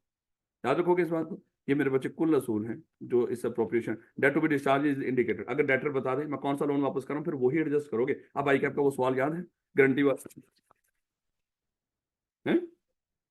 मिस्टर ए ने मिस्टर बी से एक लोन लिया था अजीम कर लो 80,000 का, और इस 80,000 के लोन के ऊपर किसी मिस्टर सी से मिस्टर बी ने कहा था मुझे गारंटी भी दिलवाओ, तो मिस्टर ए ने मिस्टर सी की गारंटी दिलवा दी थी। यानी 80,000 के ऊपर मिस्टर सी ने मिस्टर बी को गारंटी दे रखी है, सर ये लोन वापस नहीं करेगा तो मैं करूंगा। उसके बाद उसने क्या किया, एक और लोन लिया 90,000 का, लेकिन इसके ऊपर कोई गारंटी नहीं है। फिर उसने एक 60,000 का लोन लिया, इसके ऊपर कोई गारंटी नहीं है। फिर 30,000 का लोन लिया, इसके ऊपर कोई गारंटी नहीं है। उसके बाद क्या हुआ, उसने कुछ दिनों के बाद मिस्टर ए ने मिस्टर बी को 1 लाख रुपया वापस किया। अजीम कर लो 1 लाख रुपया उसको वापस किया, और मिस्टर ए ने नहीं बताया मैं कौन सा लोन वापस कर रहा हूँ। तो फिर लॉ बाय लॉ क्या था बोला, फिर कौन उसको कैसे एडजस्ट करेगा? ये मिस्टर बी का राइट था, उसको जैसे मर्जी एडजस्ट करे। उसने क्या किया, इस 1 लाख रुपए को 90,000 इसमें एडजस्ट कर लिया और 10,000 यहां से लेस कर दिया, यानी कि ये पूरा खत्म कर दिया और 10,000 यहां से उसने लेस कर दिया, तो ये 50,000 रह गए। अब मिस्टर सी को पता चला कि मिस्टर ए ने मिस्टर बी को 1 लाख रुपया दिया था, लेकिन उसने वो लोन एडजस्ट नहीं किया जो जिसकी मैंने गारंटी दी हुई। अब वो मिस्टर बी के पास पहुंच गया मिस्टर सी, अब भैया तू क्या कर रहा है, वो लोन एडजस्ट करना 80,000 वाला, क्योंकि इसके सर पे बेचारे पे तलवार लटक रही है। क्या करिए, मिस्टर ए वापस नहीं करेगा, वो मैंने वापस करना है, जबकि मिस्टर ए ने यहाँ पे 1 लाख रुपया दिया है, तो वो लोन एडजस्ट होना चाहिए जिसकी मैंने गारंटी दे रखी है। और मिस्टर सी जाके मिस्टर बी को कहता है सर इसको गारंटी वाला लोन एडजस्ट करो। तो मुझे बताओ क्या मिस्टर बी इस मिस्टर सी के कहने के ऊपर क्या गारंटी वाला लोन एडजस्ट करेगा? लॉ ने कह दिया नहीं। लॉ ने कह दिया असूल देखो, डेटर ने बताना कि कौन सा लोन एडजस्ट करो। अगर डेटर ने नहीं बताया, लॉ कहता है मेरा असूल यही है, जो क्रेडिटर जिसको एडजस्ट करना चाहे, तो क्रेडिटर ने जिस लोन को भी एडजस्ट कर लिया वो वैलिड है। इसका ये कहना कि फलाना लोन एडजस्ट करो ये वैलिड नहीं। याद रखोगे इस बात को। Where debt to be discharged is indicated, जो उसने इंडिकेट कर दिया, और इंडिकेट कैसे कर सकता है, एक्सप्रेसली भी कर सकता है और इम्प्लाइडली भी। और इम्प्लाइडली का मतलब क्या बोला है, अजीब सी अमाउंट जिस तारीख को ड्यू हो उस तारीख को वो अजीब सी अमाउंट ही पे करो, तो समझो उसकी इम्प्लाइड इंस्ट्रक्शन है कि मैं यही लोन वापस करूं है।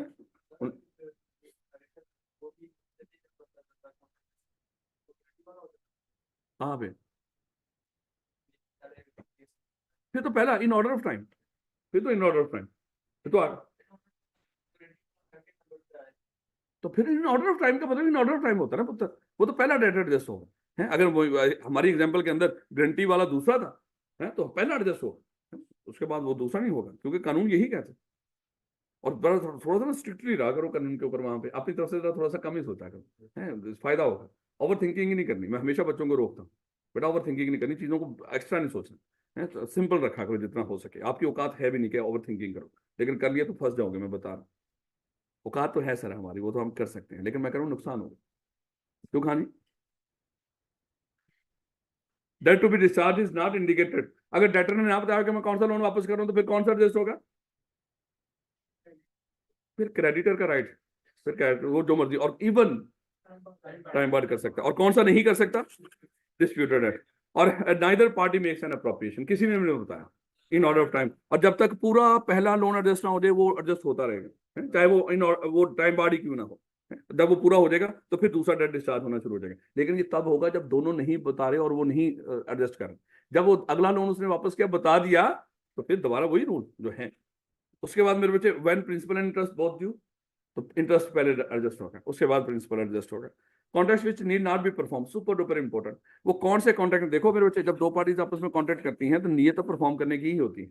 और याद है हमने डिस्कस किया था कॉन्ट्रैक्ट एक्चुअली होता क्या है, इन दोनों के दरमियान ये जो बंधन बन जाता है, ये जो वादे का बंधन बन जाता है, ये क्या है, ये कॉन्ट्रैक्ट है। इसका नाम कॉन्ट्रैक्ट है, ये कॉन्ट्रैक्ट है। डेफिनेटली इस बंधन की वजह से दोनों पार्टी के कुछ राइट्स भी हैं और ऑब्लिगेशंस भी हैं, राइट्स भी हैं और ऑब्लिगेशंस भी। जैसे अगर आपने यहाँ पे बीलो में एडमिशन ले लिया, अब मेरे बच्चे मेरा और आपका एक बंधन बन गया है।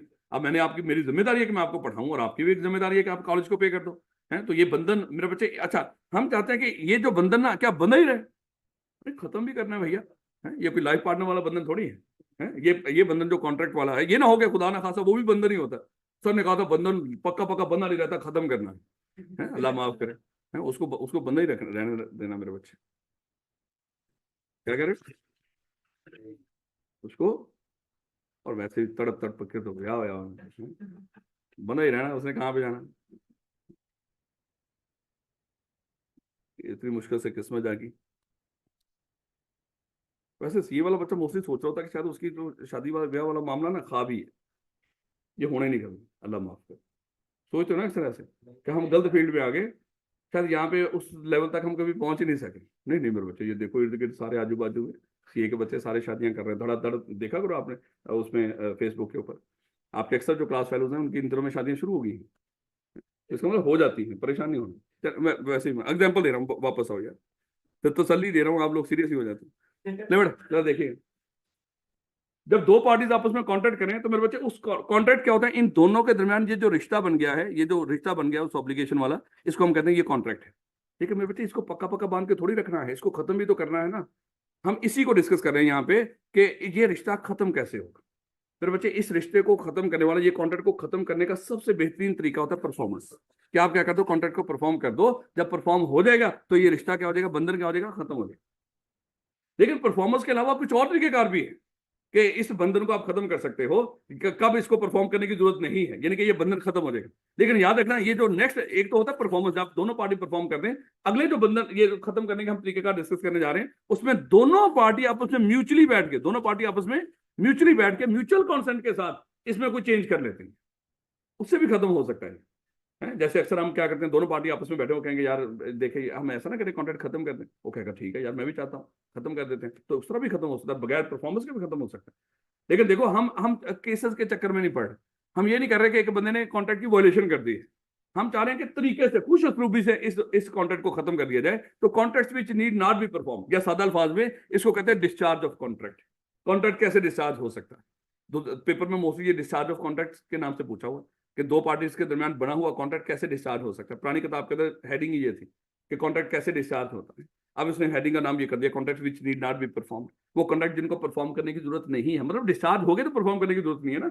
अगर तो डिस्चार्ज नहीं हुआ तो पक्की बात है, फिर तो आपने परफॉर्म करना ही करना है तो मतलब वही है, चाहे जैसे मर्जी पूछ ले, contract which need not be perform या डिस्चार्ज ऑफ कॉन्ट्रैक्ट कैसे होता। तो एक हमने डिस्कस कर लिया कि एक तरीकाकार क्या है, कॉन्ट्रैक्ट परफॉर्म कर दो तो कॉन्ट्रैक्ट क्या हो जाएगा, डिस्चार्ज हो जाएगा। अच्छा एक और तरीकाकार भी होता है, यानी कि कॉन्ट्रैक्ट आपस में टर्मिनेट भी हो सकता है और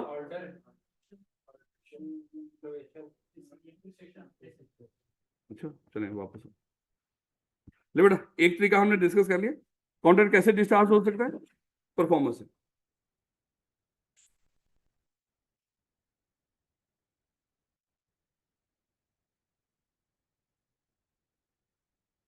बेटा दो अल्फाज से, एक थी टर्मिनेशन, एक था रिजेक्शन। अरे कभी हमने कहीं पे पढ़े थे, याद आएंगे। रिजेक्शन वो होती है जो आप खुद करते हैं, टर्मिनेशन वो होती है जो बाय लॉ होती है, जो कानूनी तौर पे एक चीज खत्म हो जाए उसको टर्मिनेशन कहते हैं। रिजेक्शन वो जो हम खुद कर रहे हैं।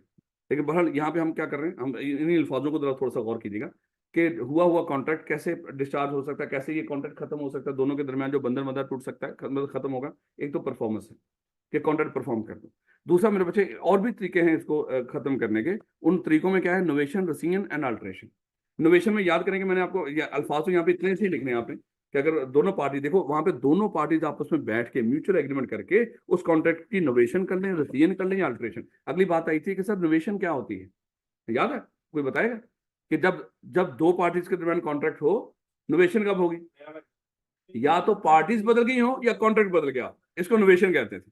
याद है हमने डिस्कस किया था, मिस्टर ए ने मिस्टर बी को 1 लाख रुपया, चले मिस्टर ए ने मिस्टर बी से 1 लाख रुपया लेना था, ये क्रेडिटर था और ये डेटर था। अच्छा मिस्टर ए ने आगे मिस्टर सी को 1 लाख रुपया देना था, यहाँ पे ये डेटर था और ये क्रेडिटर। इसने क्या किया, ये तीनों आपस में इकट्ठे हुए, मिस्टर ए ने मिस्टर इसको कहा क्या कौन बंदा है ये, चलें चलें, ये मिस्टर ए है, ये मिस्टर बी है और ये मिस्टर सी है। अच्छा मिस्टर बी ने मिस्टर ए को कहा कि मिस्टर ए आपने क्या मुझे 1 लाख रुपया देना है, वो कहता बिल्कुल देना है। और मिस्टर सी क्या मैंने आपको 1 लाख रुपया देना है, वो कहता बिल्कुल देना है। कहता ऐसे नहीं हो सकता मिस्टर ए आप 1 लाख रुपया मिस्टर सी को ही दे दें और मिस्टर सी आप मेरी बजाय आप मिस्टर ए से 1 लाख रुपया ले लें। वो कहता कोई मसला नहीं। अब देखो ना, एक कॉन्ट्रैक्ट इनके दरमियान था, एक कॉन्ट्रैक्ट इनके दरमियान था, अब ये कॉन्ट्रैक्ट भी खत्म हो गया, ये कॉन्ट्रैक्ट भी खत्म हो गया, बल्कि नया कॉन्ट्रैक्ट बन गया। इसको कहते हैं नोवेशन। तो क्या इन कॉन्ट्रैक्ट्स को परफॉर्म करने की जरूरत है इन दोनों को, नहीं, वो खत्म हो जाएंगे। हैं तो ऐसे भी कॉन्ट्रैक्ट खत्म हो सकते हैं, इसको नोवेशन कहते हैं। अच्छा एक होती है अल्ट्रेशन। चले पहले रसीन तो सादी सी बात है, कॉन्ट्रैक्ट क्या है, दोनों खत्म कर दें, आपस में बैठे म्यूचुअली और खत्म कर दे। जैसे आप आए, आपने बी लॉ में एडमिशन लिया, 2-4 दिन बाद आप मेरे पास आए, सर कुछ समझ नहीं आ रही, आप कैसे नहीं हो सकता सर, हम खत्म ही कर दें कॉन्ट्रैक्ट, मैंने अभी 1000 दिया है सर, मैं चाहता हूँ कि बाकी जितना इतना कि आपने पढ़ाए बाकी ना खत्म करें, ना आप मुझे पढ़ाए ना मैं आपको पैसे दूं। मैंने कहा कोई बात नहीं बेटा, अगर समझ नहीं आ रही तो गोली मारो। है तो ये हमने म्यूचुअली बैठ के कॉन्ट्रैक्ट को क्या कर दिया, रिसाइन कर दिया, खत्म कर दिया। ये रसीन होती है। जैसे अभी मान लो, वैसे मैं बात कर रहा हूँ, अल्लाह माफ करे, कि फुप्पो ने वादा कर रखा है, फुप्पो को लगा कि भाई सीए तो बड़ा लंबा होता जा रहा है, दोनों फैमिलीज बैठी बड़े पुरसकून तरीके से मामला खत्म करता। आप पहले से करा रहे हैं। तो बता रहा एग्जाम्पल दे रहा हूँ, हद होगी यार, डरा क्यों रहा हूँ। इसको क्या बोलते हैं, रसियन। लेकिन याद रखना, नोवेशन रसियन अल्ट्रेशन हमेशा दोनों पार्टी की म्यूचुअल कंसेंट से होता है? अगर एक पार्टी खुद ही उसको वो कर देगी ना, वो नहीं वैलिड होगा। जैसे इसने खुद ही घर में बैठ के सोच लिया है कि अब वो पैसे मैं नहीं, अब मिस्टर बी मिस्टर सी को देगा, ऐसे थोड़ी होगा मेरे बच्चे, या मिस्टर ए मिस्टर सी को देगा, ऐसे नहीं होगा। म्यूचुअली सबको बैठना पड़ेगा। अच्छा, एक अल्ट्रेशन होती है, याद है हमने डिस्कस किया था, अल्ट्रेशन में ना तो पार्टीज बदलती हैं ना ही कॉन्ट्रैक्ट बदलता है। अच्छा, ये इनोवेशन की एक और एग्जांपल भी हो सकती है। आपने यहाँ पे बीलॉ में एडमिशन लिया था, बीलॉ की समझ ही नहीं आ रही है, आपने कहा कि सर ऐसा हो सकता है कि मैं बीलॉ की जगह R1 कर लूं। हमने कहा कि कोई मसला नहीं मेरे बच्चे, आप R1 कर लो। तो इससे क्या हो गया, वो बीलॉ वाला कॉन्ट्रैक्ट खत्म हो गया, अब हमारा आपस में नया कॉन्ट्रैक्ट बन गया जो R1 वाला है। तो इसको, ये सारा कुछ क्या होता है, इनोवेशन। इनोवेशन में मैंने आपको बताया था, या तो पार्टीज बिल्कुल बदल गई या कॉन्ट्रैक्ट ही बदल दिया। हमने पुराने कॉन्ट्रैक्ट की जगह एक नया कर दिया। पप्पो ने क्या कर दिया, वो पहली तो कर दी है, अब दूसरी है तो उसके लिए आपसे फिर वादा कर दिया। इट्स ओके, ये क्या होगी, ये इनोवेशन होगी है। तसल्ली होगी ना अब तो, बेशर्मो क्या कह रहे हो। ले बेटा, एक होती है अल्ट्रेशन। अच्छा, अल्ट्रेशन में क्या होगा, ना तो पार्टीज बदलेंगी ना ही कॉन्ट्रैक्ट बदलेगा। कॉन्ट्रैक्ट भी वही, पार्टीज भी वही दो। तो फिर क्या होगा, जैसे मान लो कि यहाँ पे 1 2 3 4 5 6 7 कंडीशन, 7 कंडीशन के साथ ये कॉन्ट्रैक्ट हुआ। अच्छा, कुछ दिनों के बाद ना जब ये दोनों बैठे, उसने कहा कि यार ऐसा कर, मैं ना एक और कंडीशन ऐड करना चाह रहा हूँ। उसने कहा कि कोई मसला नहीं, उसने एक और कंडीशन ऐड कर दी। इसका मतलब 7 कंडीशन वाला कॉन्ट्रैक्ट बजाहिर देखा जाए अब वो नहीं रहा, बल्कि अब 8 वाला बन गया है। इसको कहते हैं अल्ट्रेशन। ये अल्ट्रेशन भी दोनों बैठ के, जैसे मान लो आपने यहाँ पे कॉन्ट्रैक्ट किया था, बिलो में ही आपने डिवीजन करवाया और कहा कि सर 10,000 पे करूंगा, और वादा था आपका कि 1,000 अभी करवा दिया, बाकी 9,000 सर वो जब क्लास शुरू होगी उस वक्त पे कर दूंगा। जब क्लास की बारी आई, आप आए यहाँ पे एडमिशन ऑफिस में, आपने कहा कि सर वो जो मैंने 9,000 रुपया देना है बाकी, कैसे नहीं हो सकता, उसकी 2 इंस्टॉलमेंट कर दें। उन्होंने कहा कि कोई मसला नहीं, कर लो। तो ये मेरे बच्चे क्या कर दिया हमने, अब वो 9,000 पे करने वाला कॉन्ट्रैक्ट आपको परफॉर्म करने की जरूरत है नहीं, अब उसकी अल्ट्रेशन कर दिया आपने। अब आप उसको 9,000 को क्या करोगे, किस्तों में पे करोगे। तो इससे भी मेरे बच्चे पिछले कॉन्ट्रैक्ट जो होते हैं, ओरिजिनल कॉन्ट्रैक्ट क्या होता है, उसमें या तो तब्दीली आ जाती है या उसकी जगह पे नया कॉन्ट्रैक्ट बन जाता है। इससे भी कॉन्ट्रैक्ट डिस्चार्ज होता है। पुराना कॉन्ट्रैक्ट फिर परफॉर्म करने की जरूरत नहीं है, वो इकट्ठी अमाउंट पे करने वाला जो लमसम आपने पे करना था कॉलेज को, वो परफॉर्म करने की जरूरत नहीं है। इसको क्या बोलेंगे, अल्ट्रेशन। तो ये बस एक लाइन थी, मैंने उसको बताने की कोशिश की है। देखो हम पढ़ क्या रहे हैं वाला, डिस्चार्ज ऑफ कॉन्ट्रैक्ट, या वो कौन से कॉन्ट्रैक्ट है जिनको परफॉर्म करने की जरूरत नहीं, ऐसे जो परफॉर्म हो चुके हैं उनको दोबारा परफॉर्म करने की जरूरत, उससे भी डिस्चार्ज हो जाता है। या नोवेशन अल्ट्रेशन या रसीन के साथ भी कॉन्ट्रैक्ट परफॉर्म हो जाता है। उसके बाद मेरे बच्चे देखिएगा 2 और चीजें मजीद, कहता है प्रोमिजी में डिस्पेंस विद परमिट परफॉर्मेंस। अब प्रोमिजी कौन होता है बोला, जिसका राइट होता है। प्रोमिजी वही है ना जिसका राइट है। जैसे मान लो मैं आपको बी लॉ पढ़ा रहा था, अभी 10 चैप्टर पढ़ाए, आपने कहा कि सर बस ठीक हो गया, आगे हम खुद ही पढ़ लेंगे। मैंने कहा देख लो, ये ना कहना कि सर ने पढ़ाया नहीं पूरा सिलेबस। आपने कहा सर बेफिक्र हो गए। तो यहाँ पे देखो, आप प्रोमिजी थे, आपका हक था कि मैं आपको 18 चैप्टर पढ़ाऊं है। मैंने 10 पढ़ाया, आपने कहा कि सर जिस तरह का पढ़ा रहे हो बस काफी है, आगे हम खुद ही पढ़ लेंगे। समझ में आगे पहले नहीं आ रही है तो सर हम रहने थे, तो आपने खुद ही डिस्पेंस कर दिया उसको। क्या देखो देखो, लेकिन माफ कौन करे, प्रोमिजी जिसका राइट है। मान लो कि मैंने आपसे 1 लाख रुपया लेना था, और क्या हुआ, ड्यू डेट के ऊपर मेरे घर में से किसी फैमिली में से किसी ने आपको कह दिया चल ऐसा कर, तुझे 1 लाख रुपया देने की जरूरत ही नहीं। भाई ये कैसे हो गया, भाई लाख रुपया तो मैंने मुझे देना है आपने। जब प्रोमिजी अपना राइट आपको माफ कर रहा तो उस वक्त भी कॉन्ट्रैक्ट को परफॉर्म करने की जरूरत नहीं है। अब प्रोमिजी में डिस्पेंस, ये 2 तरह से, यहाँ पे 2 तरह की चीजें थी अगर आपको याद हो, एक वेवर हो सकता है और दूसरा क्या था, रेमिशन है। ये यही से अल्फाज हैं, या तो रेमिट या डिस्पेंस विद। डिस्पेंस विद किसको बोलते हैं, वेव ऑफ कर दे, प्रोमिजी वेव ऑफ कर दे। ये इसका मतलब क्या था, मिस्टर ए ने मिस्टर बी से 1 लाख रुपया लेना है। उसने कहा था सर हालात बड़े बुरे हैं, मेरे पास कुछ नहीं। उसने कहा कि जाओ माफ किया। उसने क्या कर दिया, डिस्पेंस विद कर दिया, वेव ऑफ कर दिया। देखो ये पैसे लेने के लिहाज से मिस्टर ए क्या था, प्रोमिजी था, इसका हक था उसको 1 लाख रुपए उसको वापस मिले। प्रोमिजी माफ कर रहा हो, याद रखिए। रक्षे वाले को आपने कहा था 5 मार्च को लाजमी तूने पहुंच जाना है, तो आपने उस दिन उसको खुद ही कॉल करके, आपका राइट था, आपने उसको कॉल करके कह दिया कोई नहीं तो पैसे रख, तुझे एडवांस दिया हुआ था, लेकिन मैं अब जा रहा हूँ किसी और तरीके से, घर वाले छोड़ने, तू रहने दे, इट्स ओके। आपने खुद ही उसको वेव ऑफ कर दिया।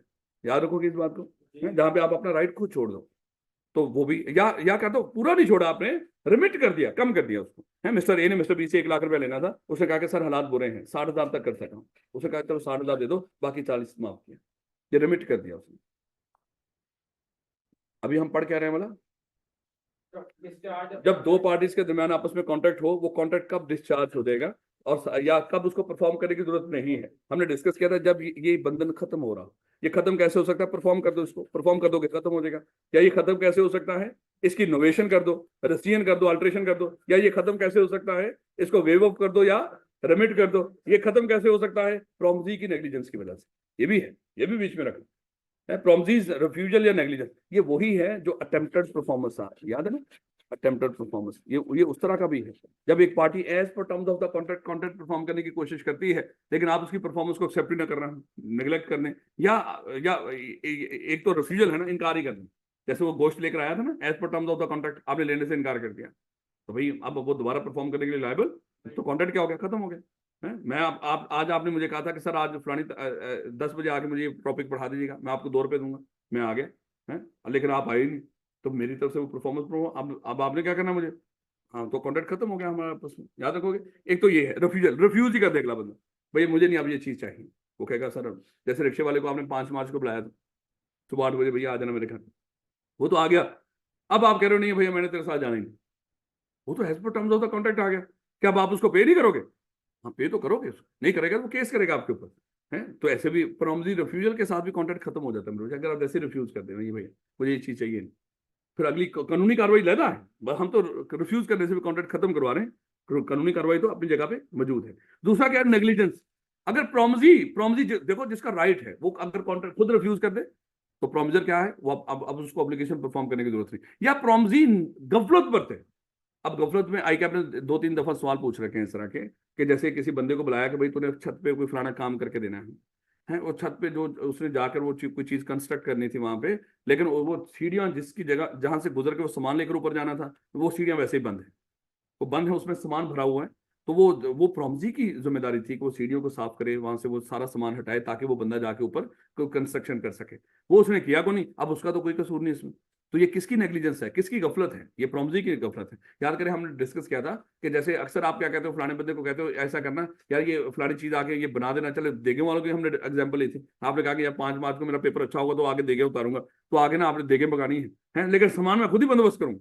अब वो पकवान आ गया है, सामान का आपने बंदोबस्त किया ही नहीं, तो बेटा उसकी तो कोई भी इसमें वो नहीं है, कसूर नहीं है। ये किसकी नेग्लिजेंस थी, ये आपकी नेग्लिजेंस है। वो बैठा हुआ है वहां पे वेट कर रहा, आपने नहीं उसको सामान दिया, वो नहीं पकाएगा, लेकिन वो आपसे पैसे चार्ज करेगा, क्योंकि ये काम नहीं हो सका, किसकी नेग्लिजेंस से नहीं हुआ, आपकी नेग्लिजेंस से। याद रखोगे इन बातों में। ये सारा टॉपिक आपने कौन सा पढ़ा है, जब दो पार्टीज के दरमियान हुआ हुआ कॉन्ट्रैक्ट कैसे डिस्चार्ज हो सकता है, या ये कह लें कि कौन सा कॉन्ट्रैक्ट परफॉर्म करने की जरूरत नहीं है। खुदा के लिए ये सारी बातें लिखनी है वहां है, तब जाके आपको नंबर मिलेंगे। क्या बोल रहे हो, क्या बोले, कोई कॉन्ट्रैक्ट पर्सनल नहीं तो वो हाँ बंदा मर जाए तो फिर तो प्रॉब्लम होकर वो भी डिस्चार्ज हो जाए, वो भी लिख सकते हो, लेकिन लिखते हुए घबराओ ना, लेकिन ये ना हो कि वही लिख दो, ये लिखो ही ना जो बातें यहाँ पे है, फिर दिक्कत हो है। उसके साथ अजाफी करना चाहो जो आपका कॉन्सेप्ट है, इट्स ओके। बेटा impossible act void agreements, an agreement to do an act impossible in itself is, ये तो हमने वहां पे भी डिस्कस किया था, एक्सप्रेसली डिक्लेयर वॉइड एग्रीमेंट्स के अंदर, याद है ना, कि कोई इम्पॉसिबल काम करने के लिए अगर कोई एग्रीमेंट करो, जहां पे उसने कहा था मुझे लोन दे दो, कहेगा मैं लोन दे दूंगा लेकिन इस मरे हुए को जिंदा कर दो, है ये तो भाई इम्पॉसिबल है ना। ये तो एक्सप्रेसली डिक्लेयर वॉइड एग्रीमेंट्स होते हैं इस तरह के। अब दोबारा जाके आपको बता रहा है कि एग्रीमेंट जो हो ही वॉइड, परफॉर्म हो ही ना सकता हो, इम्पॉसिबल बाय नेचर, चाहे अगली पार्टी को पता हो या ना पता हो है। मैं आपको कहता हूँ, मैंने आपको कहा कि मुझे लोन दे दो, आपने कहा कि लोन तो दे देंगे, लेकिन सर ये सामने पहाड़ नजर आ रहे हैं सर, इसको सोने का बना दो, तो ये है इम्पॉसिबल। मैं कहूंगा कि अगर मैं सोने का बना सकता मैं तुझसे लोन ही लेने आता है, वाह भाई वाह, लेवल हो गया है। जैसे वो होते हैं ना कि बात कोई फकीर आते हैं आपके पास, वो कहते हैं कि चलें खैर क्या कहेंगे, हमारे पास नहीं वो नहीं आते ही है ना, वो कहते हैं कि सर वो कुछ पैसे दे दो, आप कहते हो कि ठीक है मैं पैसे दे दूंगा, दुआ करो कि मेरा पेपर पास हो जाए, जिस दिन पास हो गया ना तो मैं आपको फिर पैसे भी दे दूंगा। वो कहेगा अगर मेरी दुआएं इतनी काम कर रही होती तो मैं खुद ना सीए कर लेता, मैं आपके लिए दुआएं कर रहा होता। खैर सब सीक्वेंट इम्पॉसिबिलिटी और इलीगैलिटी, देखो बेटा इंतहाई अहम है, इंतहाई अहम है। यहाँ पे जब दो पार्टीज आपस में कॉन्ट्रैक्ट कर रही होती हैं उस वक्त कॉन्ट्रैक्ट परफॉर्म करना बिल्कुल वैलिड होता है, पॉसिबल भी होता है और वैलिड भी है। जब दो पार्टीज ने आपस में कॉन्ट्रैक्ट किया है वो कॉन्ट्रैक्ट वैलिड भी है और पॉसिबल टू परफॉर्म भी। कॉन्ट्रैक्ट बनते वक्त बिल्कुल सही है, तो मेरे बच्चे लेकिन बाद में कुछ ऐसे हालात पैदा हो जाएं जिसकी वजह से ये कॉन्ट्रैक्ट परफॉर्म करना पॉसिबल ना रहे, कोई उसमें इम्पॉसिबिलिटी आ जाए या इलीगैलिटी आ जाए। जैसे कॉन्ट्रैक्ट पर्सनल नेचर का हो, बंदा मर जाए, पर्सनल स्किल्स हो, बंदा मर जाए, या बंदे को कोई और मसला हो जाए, या क्या हो उसके ऊपर कानून ने को पाबंदी लगा दी। तो मेरे बच्चे इस तरह की सिचुएशन कॉन्ट्रैक्ट परफॉर्म करना पॉसिबल ना रहे तो हमने डिस्कस किया था, इसको बोलते हैं वॉइड कॉन्ट्रैक्ट। ये एक्चुअली किसको बता रहा है? वॉइड कॉन्ट्रैक्ट को बता रहा है कि वॉइड कॉन्ट्रैक्ट क्या होता है। सबसीक्वेंट इंपॉसिबिलिटी और इलीगैलिटी, जिस कॉन्ट्रैक्ट के अंदर बनते वक्त वो वैलिड था, बिल्कुल परफॉर्म हो सकता था, लेकिन बाद में कुछ ऐसे हालात पैदा हो गए हो या कोई कानून चेंज हो गया हो जिसकी वजह से वो कॉन्ट्रैक्ट परफॉर्म ना हो सकता, तो इसको बोलते हैं सबसीक्वेंट इंपॉसिबिलिटी या सबसीक्वेंट इलीगैलिटी। ये इसको सुपर मीनिंग इंपॉसिबिलिटी भी बोलते हैं। ले बेटा, देखो जब कॉन्ट्रैक्ट हुआ हो बिल्कुल वैलिड, बाद में कोई सबसीक्वेंट इलीगैलिटी या सबसीक्वेंट इंपॉसिबिलिटी आई हो जिसकी वजह से कॉन्ट्रैक्ट परफॉर्म ना हो सकता हो, और आप अदालत में जाके अगर ये हालात लेकर जाएंगे ना कि सर इन हालात की वजह से मैं कॉन्ट्रैक्ट परफॉर्म नहीं कर सका, अदालत उसको एक्सक्यूज के तौर पर कंसिडर कर लेगी। अदालत कहेगी आपका कोई कसूर नहीं। लेकिन मेरे बच्चे अगर इनके अलावा कुछ और हालात जाके अदालत में बताने की कोशिश की ना, इनके अलावा कि सर इस वजह से कॉन्ट्रैक्ट परफॉर्म नहीं कर सका, तो अदालत उसको एक्सक्यूज के तौर पर कंसिडर नहीं करेगी।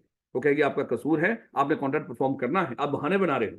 लेकिन ये बहाना लेकर जाओगे, अदालत कहेगी बिल्कुल जायज बहाना है, इस वजह से अगर कॉन्ट्रैक्ट परफॉर्म नहीं कर पा रहे, ये बिल्कुल वैलिड है। याद रखोगे इस बात को। ये देखिए, इसको इसी लिहाज से याद रखना है कि सुपर मीनिंग इम्पॉसिबिलिटी वाली कौन सी सिचुएशन है, या कॉन्ट्रैक्ट कब सुपर मीनिंगली या सब्सिक्वेंटली इम्पॉसिबल हो जाएगा या इलीगल हो सकता है। कहता है कि देखिए, सबसे पहले क्या है? Destruction of subject matter. जब दो पार्टीज ने आपस में कॉन्ट्रैक्ट किया हो, कॉन्ट्रैक्ट करते वक्त तो सब्जेक्ट मैटर एग्जिस्ट करता था, लेकिन बाद में वो क्या हो, पता चला हो कि वो सब्जेक्ट मैटर क्या है, एग्जिस्ट ही नहीं करता, डिस्ट्रॉय कर गया है। जस्ट एग्जांपल, जैसे हमने डिस्कस किया था, मिस्टर ए ने मिस्टर बी को कहा था मिस्टर बी वो गाड़ी भेज दो, दोनों ऑफिस में बैठे हुए आपस में, देखो गाड़ी के पास लाजमी खरीदो फरोख्त गाड़ी के पास बैठ के कर रहे होते नहीं है, वो तो ऑफिस में बैठे हुए सुकून से है। तो गाड़ी हो सकता है घर खड़ी हो, गाड़ी हो सकता है कि कोई उसको लेकर गया हो कहीं पे, उस गाड़ी के लिए कॉन्ट्रैक्ट हो रहा। अब इन्होंने ऑफर की, उसने एक्सेप्ट कर ली उसको, लेकिन दोनों को नहीं पता उस गाड़ी का तो एक्सीडेंट हो गया, वो अब वो डिस्ट्रॉय कर गई है, तो ये कॉन्ट्रैक्ट क्या हो जाएगा? वॉइड हो जाएगा। यानी कि जिस सब्जेक्ट मैटर के लिए कॉन्ट्रैक्ट हुआ हो, वो सब्जेक्ट मैटर अब एग्जिस्ट ही ना करता। या डेथ और पर्सनल इनकैपेसिटी, और पर्सनल इनकैपेसिटी का दूसरा नाम क्या है? Doctrine of frustration. ये पुरानी किताबें ये हुआ करता है, अभी भी हो सकता है पास पेपर के अंदर कोई इस तरह के कोई लफ्ज आपको मिल जाए। डेथ तो होता है कि मर जाना किसी बंदे का। अच्छा, पर्सनल इनकैपेसिटी या डॉक्ट्राइन ऑफ फ्रस्ट्रेशन क्या होता है? जहां पे बंदा जिंदा हो लेकिन वो इस सिचुएशन, इस हालत में हो कि कॉन्ट्रैक्ट परफॉर्म करने के काबिल ना रहा, यानी कि पर्सनल स्किल्स रिक्वायर्ड थी, लेकिन अब वो बंदा पर्सनली इस काबिल है ही नहीं तो उस कॉन्ट्रैक्ट को परफॉर्म कर सके। इसको कहते हैं पर्सनल इनकैपेसिटी या डॉक्ट्राइन ऑफ फ्रस्ट्रेशन। डॉक्ट्राइन कहते हैं असूल, फ्रस्ट्रेशन का असूल है ये कि बंदा जिंदा है लेकिन कॉन्ट्रैक्ट परफॉर्म करने के काबिल नहीं है। जैसे अगर ये मिस्टर ए, इसकी कहीं पे एंगेजमेंट हुई थी, खुदा ना खासा उसकी डेथ होगी है, या ये मान लो कि ये ऑडिटर है, इसकी अपने अकेले ने अपनी एक फर्म बना रखी है, किसी कंपनी के साथ ऑडिट के लिए इसका वो कॉन्ट्रैक्ट हुआ था कि इस साल ये ऑडिट करेगा, लेकिन खुदा ना खासा इसकी डेथ होगी है, तो अब ये कॉन्ट्रैक्ट परफॉर्म नहीं हो सकता, डेफिनेटली कॉन्ट्रैक्ट क्या हो जाएगा? डिस्चार्ज हो जाएगा। अब दूसरा क्या है? Personal incapacity. अब ये खातून है, ये सिंगर है, ये खातून है, सिंगर है, तो इसने किसी कंसर्ट पे परफॉर्म करना था है, तो मेरे बच्चे उससे पहले खुदा ना खासा इसकी डेथ होगी, तो ये डेथ वाला मामला आ जाएगा है, यहाँ पे ये कॉन्ट्रैक्ट परफॉर्म नहीं हो सकता। या मान लो कि ये जिंदा है, ये जिंदा है लेकिन खुदा ना खासा ये जा रही थी बाइक पे बैठी हुई, इसके अल्लाह माफ करे इसके गले पे डोर फिर गई है, अब इसका गला का ऑपरेशन हुआ, वो गले से अब बोले नहीं जाता, इसकी बोलती बंद होगी है। अब यहाँ पे मेरे बच्चे क्या होगा है, हो सकता है ना, अल्लाह माफ करे अब ये बोल ही नहीं सकती, तब ये कंसर्ट पे जाके कैसे परफॉर्म करेगी है? गाना है ना वहां पे है।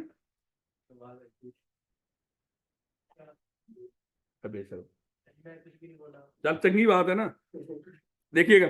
तो इसका मतलब अब ये जिंदा है लेकिन कॉन्ट्रैक्ट परफॉर्म करने के काबिल, या हो सकता है जिस दिन कंसर्ट हो उस दिन ये शदीद बीमार पड़ी है। अब ये थोड़ी है कोई बंदा कह रहे हो कि नहीं नहीं सर कॉन्ट्रैक्ट परफॉर्म करना पड़ेगा आपको, वो भाई ये तो उसके साथ जुल्म है, वो खुदा ना खासा उसकी मजीद तबीयत खराब हो जाएगी। याद रखोगे इस बात को। तो ये अगर इन वजूहात की वजह से कॉन्ट्रैक्ट परफॉर्म ना कर सकते हो तो आपका कोई कसूर, तो कॉन्ट्रैक्ट क्या हो जाएगा? वॉइड हो जाएगा। हम पढ़ क्या रहे हैं, कब कॉन्ट्रैक्ट वॉइड हो जाता है? वॉइड कब हो जाएगा? जब कॉन्ट्रैक्ट परफॉर्म करना पॉसिबल ना रहे और किसी पार्टी का कसूर भी ना हो, तो तब कसूर नहीं होगा अगर ये सिचुएशन हो, अगर सब्जेक्ट मैटर ही डिस्ट्रॉय करते हैं। या क्या मैंने आपको कोई गोदाम में मेरा कुछ सामान पड़ा हुआ था, वो बेचने का मैंने आपसे कॉन्ट्रैक्ट कर दिया। अच्छा, एक दफा एक आपने सवाल इस तरह का बनाया, अज्यूम कर लो कि मैं क्या करता हूँ, मैं कोई चीज बना के बेचता हूँ, चलो मैं कोकोमो बना के बेचता हूँ है, आपने मेरे साथ कॉन्ट्रैक्ट किया कि सर 1 मार्च को ना आप इतनी कोकोमो मुझे सप्लाई करो। अच्छा, मैंने क्या किया हुआ था, मैंने कोकोमो बनाई हुई थी आपके लिए, ऑर्डर पूरा किया हुआ था, लेकिन उस वहां पे गोदाम में आग लगी और वो कोकोमो डिस्ट्रॉय कर गई है। अब मैं आपको वो कोकोमो सप्लाई नहीं कर सका, और मेरे बहाना ये है कि मैं वो गोदाम में पड़ा हुआ था सामान, वो जल गया, क्या ये वैलिड है? वो कहेगा भैया तेरा तो काम है बनाना, अगर वो जल गया तो तू थोड़ी जल गया है, तेरी फैक्ट्री तो थी ना, गोदाम में आग लगी थी, कोकोमो जली थी, तो नहीं बना, कॉन्ट्रैक्ट तो परफॉर्म करना पड़ेगा, ये तो बहाना ना हो है। हाँ, तुझे एक्स्ट्रा शिफ्ट लगाने पड़ती है, एक्स्ट्रा मरीज, वो मरीज कह रहा हूँ, मजदूर लगाने पड़ते हैं, तो ये काम करना पड़ना था ना, तुझे थोड़ी सी कॉस्ट एक्स्ट्रा पड़ जानी थी, है तुझे डिफिकल्टी हुई है ये ना, ये बहाना ना बना के उस सामान में पड़ा हुआ था वहां पे आग लगी। तो ये भी थोड़ा सा और रखिएगा मेरे बच्चे, जो परफॉर्म ये यहाँ पे हम टोटल इम्पॉसिबिलिटी डिस्कस कर रहे हैं, डिफिकल्टी डिस्कस नहीं कर रहे, याद रखोगे इस बात को।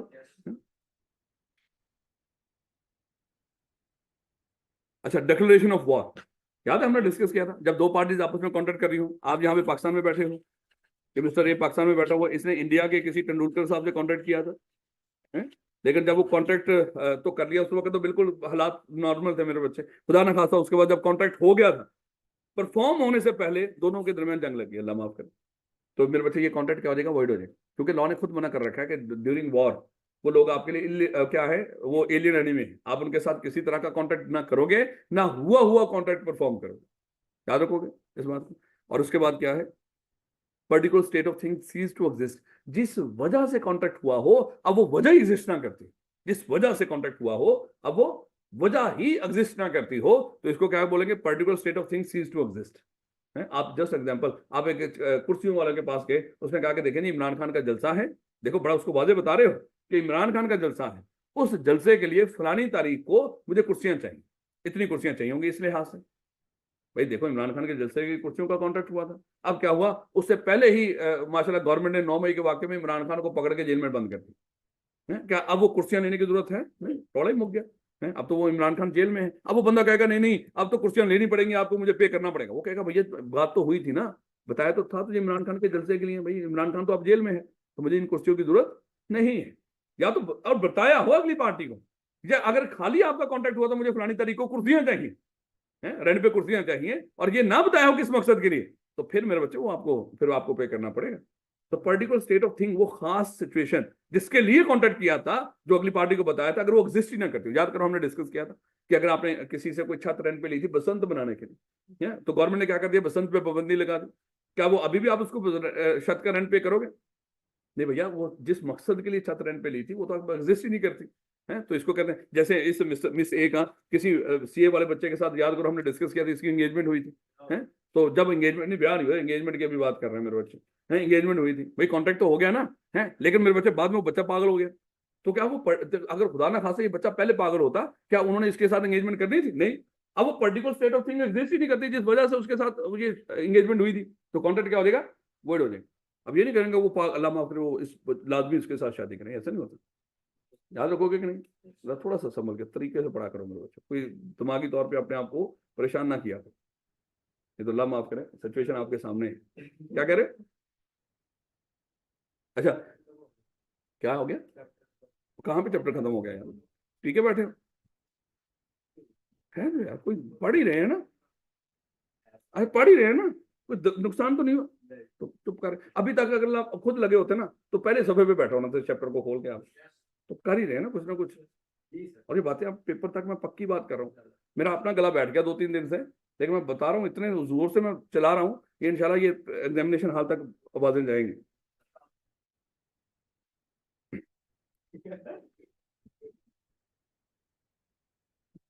एक एग्जाम्पल थी, आई कैप का सवाल था, ये एग्जाम्पल भी दे रखी है उसने, उसने एक सवाल दिया हुआ है कि देखो जब पार्शली कॉन्ट्रैक्ट परफॉर्म करना, चलो ये आगे आ जाएगा, मैं उस वहां पे डिस्कस कर लेंगे। The following are not acceptable excuse from performance, इंतहाई अहम, देखो इसके ऊपर सिनेरियो भी बनाएगा, सिनेरियो भी बना सकता है और लेदर भी पूछ सकता है, लेदर ज्यादा पूछने के चांसेस, सिनेरियो उससे भी ज्यादा पूछने के चांसेस है, तो देखिएगा, यानी कि इंपॉर्टेंट है टॉपिक, ये कहना चाह the following are not an acceptable excuses, यानी कि इन वजूहात की वजह से अगर आप कॉन्ट्रैक्ट परफॉर्म नहीं कर सके तो अदालत उसको एक्सक्यूज के तौर पे कंसीडर नहीं करेगी, आपको गुनहगार मानेगी, वो कहेगी ये तो बहाने बना रहा है, यानी कि इन बहानों के साथ अगर अदालत में जाओगे, सर इस वजह से कॉन्ट्रैक्ट परफॉर्म नहीं कर सका, तो अदालत इसको सुपरवीनिंग इम्पॉसिबिलिटी कंसीडर नहीं करती, और आपको कॉन्ट्रैक्ट परफॉर्म करना पड़ेगा, उसमें क्या है, डिफिकल्टी ऑफ परफॉर्मेंस, परफॉर्म करना डिफिकल्ट हुआ है, जैसे अभी मैंने आपको एग्जांपल दी थी कि उसका जो गोदाम में पड़ा हुआ था सामान जल गया है, अब जल गया है तो उसको क्या करना पड़ेगा, अब डिफिकल्टी हुई है, उसको कुछ एक्स्ट्रा वर्कर लगा के, कुछ दिन रात उनकी शिफ्टें लगा के वो सामान तैयार करना पड़ना था, उसके ऊपर कॉस्ट थोड़ी सी ज्यादा आ जानी थी, उसने कहा कि अगर मैं दोबारा नया सामान इतनी हंगामी बेसिस पे बनाऊंगा वो तो मेरे लिए महंगा पड़ जाएगा, है तो मुझे क्या जरूरत पड़ी हुई है इसको परफॉर्म करने की, लॉ कहता है ना ना अब तो ये आपको परफॉर्म तो करना पड़ेगा, जहां पे कोई परफॉर्मेंस देना डिफिकल्ट हुआ हो, ये इम्पॉसिबिलिटी नहीं होती या लेस बेनिफिशियल हो गया हो, है जैसे हमने डिस्कस किया था कि बात को एक कॉन्ट्रैक्ट आज मैंने आपको किया कि ये लैपटॉप आपको मैं क्लासेस के बाद 10,000 का भेज दूंगा, है 10,000 का भेज दूंगा, लेकिन उस वक्त जब ये क्लासेस खत्म हुई उस वक्त लैपटॉप की कीमत मार्केट में 2,000 है। अब आप कहते हो कि भैया मैं क्यों खरीदूं सर से 10,000 का लैपटॉप जो मार्केट में 2,000 का है, तो मेरे लिए अब ये बेनिफिशियल है ही नहीं है। तो बात ये भी होता है, या अक्सर ये इस तरह की सिचुएशन दे देगा वो कहेगा कि मैंने आपके साथ कॉन्ट्रैक्ट किया था कि फलाना सामान मैंने आपकी फैक्ट्री तक पहुंचाना था और डिलीवरी भी मेरी जिम्मेदारी थी कि मैंने खुद डिलीवर करना है। उस वक्त जब मैंने आपसे वादा किया था उस वक्त 100 पर केजी कह रहा हूं, पर लीटर के लिहाज से पेट्रोल की प्राइसेस है। जब जिस ये उस दिन है जिस दिन कॉन्ट्रैक्ट हुआ था मेरे से, जिस दिन कॉन्ट्रैक्ट हुआ था हमारा, ये प्राइस है उसके पेट्रोल पे, डिलीवरी मेरी जिम्मेदारी थी। जो परफॉर्मेंस वाले दिन जिस दिन मैंने कॉन्ट्रैक्ट परफॉर्म करना था उस दिन पेट्रोल के प्राइस 200 पर लीटर हो गया भैया, डबल प्राइस हो गया। अब मुझे लग रहा है कि ये तो मेरे पल्ले से पैसे लगेंगे अगर मैं इसको डिलीवर करता हूँ। इस बेस पे मैं कहता हूँ भैया मैं आप कॉन्ट्रैक्ट परफॉर्म नहीं करूंगा। तो लॉ कहता है ना ना, ये तो मेरे बच्चे अगर आपके लिए कोई कॉन्ट्रैक्ट परफॉर्म करना मोर कॉस्टली हो गया हो या लेस बेनिफिशियल हो गया हो, इस बेस पे आप कॉन्ट्रैक्ट खत्म नहीं कर सकते, और ना ही ये सुपर मीनिंग इम्पॉसिबिलिटी होती है। अगर अदालतों को कहोगे ये हुआ होगा, अदालत कहेगी भैया जो मर्जी है। लोग मोस्टली फ्यूचर के कॉन्ट्रैक्ट करते ही इस तरह की चीजों से बचने के लिए है। यार पीछे वैल्यू के लिहाज से हमने डिस्कस किया था, अगर किसी चीज की वैल्यू के लिहाज से कोई हमारी एरर हो भी जाए तो उसकी वजह से कॉन्ट्रैक्ट मान लो कि या ये कल कॉन्ट्रैक्ट वॉइड नहीं होता है। जैसे कल अगर हमने सोचा इस चीज की कीमतें बढ़ेंगी है या कम होंगी, अगर ना हुआ हो उस तरह तो कॉन्ट्रैक्ट खत्म नहीं होते। खैर ये तो वैसे ही कुछ और है। लेकिन कमर्शियल इम्पॉसिबिलिटी ये वही उसी तरह का मामला है जहां पे कमर्शियली आपके लिए कोई कॉन्ट्रैक्ट परफॉर्म करना क्या हो इम्पॉसिबल लग रहा हो। कमर्शियली क्या है, जैसे मिस्टर ए ने मिस्टर बी के साथ कॉन्ट्रैक्ट किया था कि फलानी तारीख को मुझे ये चावल, उसी तरह की एग्जांपल है, 2000 पर बैग के लिहाज से मुझे सप्लाई करना। अच्छा मेरे बच्चे उस तारीख को जिस दिन ये उसने करने थे परफॉर्म सप्लाई करने थे, उस दिन मार्केट में चावलों की प्राइस हो गई 5,000 पर बैग के लिए। अब उसको लग रहा है कि मैं इतना 2,000 के लिहाज से क्यों उसको सप्लाई करूं, मार्केट में बेचूंगा उसको 3,000 एक्स्ट्रा प्रॉफिट कमाऊंगा है। तो ये मेरे बच्चे कमर्शियली उसको लग रहा है कि अब मेरे लिए कमर्शियली इम्पॉसिबल है, अब ये मेरे लिए वायबल है ही नहीं, या नॉन प्रॉफिटेबल है, या कम प्रॉफिट आ रहा है यहाँ पे अगर मैं इसके साथ कॉन्टेंट परफॉर्म करूंगा। भैया परफॉर्म करना पड़ेगा, याद रखोगे। अगर हो ये भी हो सकता है 2,000 पर बैग के लिहाज से डिसाइड हुआ था, ड्यू डेट के ऊपर इसकी कीमत होगी हो 1,100 पर बैग। अब ये इनकार कर रहा है, मैं क्यों लूं इसे, है मार्केट से लेता हूँ 1,100 के लिहाज से मिल जाएगा, मैं 2,000 के लिहाज से क्यों उठाऊं। तो लॉ कहता है ना ना भैया, अगर ये कोई चीज आपके लिए जो नॉन प्रॉफिटेबल हो जाए बाद में, या आपको लग रहा हो आप ये मेरे लिए वायबल नहीं है, फायदेमंद नहीं है, तो इस बेस पे आप कॉन्ट्रैक्ट खत्म नहीं कर सकते। Default of A third party, बात को हम किसी को कॉन्ट्रैक्ट करते हैं और वो कॉन्ट्रैक्ट हमने परफॉर्म करना होता है थर्ड पार्टी की बेस पे है। जैसे मिस्टर ए ने मिस्टर बी को कहा, चले वैसे ही एग्जांपल ले लो, आपने मुझे कहा कि राणा साहब मुझे लोन दे दे, मैंने कहा कि मंडे को सुबह 10 बजे आ जाना, मैं तुझे लोन दे दूंगा। कॉन्ट्रैक्ट हो गया ना हमारा, है मंडे को सुबह 10 बजे मैं आपको लोन दूंगा। मंडे को 10 बजे जब आप आए, आपने कहा कि राणा साहब लोन, मैंने कहा कि वो दरअसल ना मैंने तो किसी फलाने बंदे से पकड़ के पैसे आपको उधार देने थे, अब उस बंदे ने मुझे दिए ही नहीं। बेटा तो इस या तो आप अगले बंदे को बता दो या तो कंटीजेंट कर दो। अगर इस तरह का कोई हो ना थर्ड पार्टी पे कॉन्ट्रैक्ट डिपेंडेंट कर रहे हो, उसको कंटीजेंट बना दो। अगर मुझे उस बंदे ने लोन दिए, पैसे दिए, तो मैं आपको लोन दे दूंगा, कंटीजेंट कर दिया आपने। लेकिन अगर कंटीजेंट नहीं बताया अगली पार्टी को, फिर तो कॉन्ट्रैक्ट परफॉर्म करना पड़ेगा आपको। है आपने मुझे कहा कि राणा साहब वो शादी ब्याह है तो मुझे फलानी तारीख को, मैं रेंटे कार वालों का काम करता हूँ, फलानी तारीख को मुझे आपसे इतनी गाड़ियां चाहिए होंगी। मैंने कहा कि बेफिक्र हो जाओ भैया, उस वक्त मेरे दिमाग में चल रहा था मैं कहीं और से दोस्त से बंदोबस्त कर दूंगा है। अब क्योंकि मेरी गाड़ियां तो ऑलरेडी बुक थी, लेकिन मैं रेंटे कार का बिजनेस करता हूँ, मेरे और भी हैं इस तरह के कॉन्टैक्ट्स। अब हुआ क्या, ड्यू डेट के ऊपर जब मैंने आपको गाड़ियां देनी थी, उस डेट के ऊपर उसकी भी सारी गाड़ियां बिजी थी। अब आप आए, राणा साहब वो गाड़ियां नहीं पहुंचाई, वो मैंने कहा कि भाई नहीं पहुंचा सकता, वो मुझे फलाने बंदे से मिली नहीं। अब उसने कहना कि भाई इसमें मेरा क्या कसूर है, आपने कॉन्ट्रैक्ट किया था, या तो उसको बता दो कि भाई देख मेरे पास मेरी गाड़ियां तो सारी बुक हैं, हाँ मेरे दोस्त भी रेंटे कार का काम करता है, उससे लेकर दे दूंगा अगर उससे मिल गई, या तो उसको कंटीजेंट कर दो। इस तरह का कॉन्ट्रैक्ट क्या होता है ना, कंटीजेंट, तो फ्यूचर के अनसर्टन इवेंट पर बैनड होता है। अगर मिल गई तो दे दूंगा, नहीं तो नहीं। अगर नहीं बनाया आपने उसको कंटीजेंट, तो फिर तो आपको क्या करना पड़ेगा, परफॉर्म करना पड़ेगा। Strike lockouts and civil distress, यहां तक उसने कह दिया, कहता है अगर आपकी फैक्ट्री में मजदूर स्ट्राइक करके बैठे हो, या वो तालाबंदी करके बैठे हो, या वैसे ही कोई सिविल डिस्टर्बेंस, सिविल नाफरमानी की तहरीकें चल रही हो, जैसे आजकल तहरीकें चल रही हैं, रोड बंद किए हुए हैं, और कोई बंदा कह रहा है कि मैं बलोचिस्तान से कुछ सामान लेकर यहां तक नहीं आ सकता, बलोचिस्तान का तो सारा रास्ता ही पाकिस्तान से कटा हुआ है, वहां पे लोग धरने दे के बैठे हुए, भैया आपको कॉन्ट्रैक्ट परफॉर्म करना पड़ेगा। तो वो सड़कें बंद हुई हैं, नहरें चल रही होंगी, हवाई जहाज चल रहे होंगे, भाई कॉन्ट्रैक्ट तो परफॉर्म करना पड़ेगा। याद रखोगे इस बात को। पार्शियल इम्पॉसिबिलिटी, अच्छा कोई कॉन्ट्रैक्ट परफॉर्म करना पार्शियली इम्पॉसिबल हुआ है, जैसे याद है हमने डिस्कस किया था कि उसने एक एग्जांपल दे रखी है कि एक बंदे ने किसी उसके कश्ती वाले के साथ कॉन्ट्रैक्ट किया था कि मुझे फलानी तारीख को आपकी ये कश्ती चाहिए होगी, उसमें दो काम है, एक तो यहाँ पे एक फ्लीट इकट्ठा होना है जहाजों का, मैंने उसको उसको देखना है, और दूसरा यहाँ पे बादशाह की वो ताजपोशी है। भाई बादशाह तो बीमार पड़ गया, उसकी ताजपोशी तो होनी नहीं थी, लेकिन वो फ्लीट तो इकट्ठा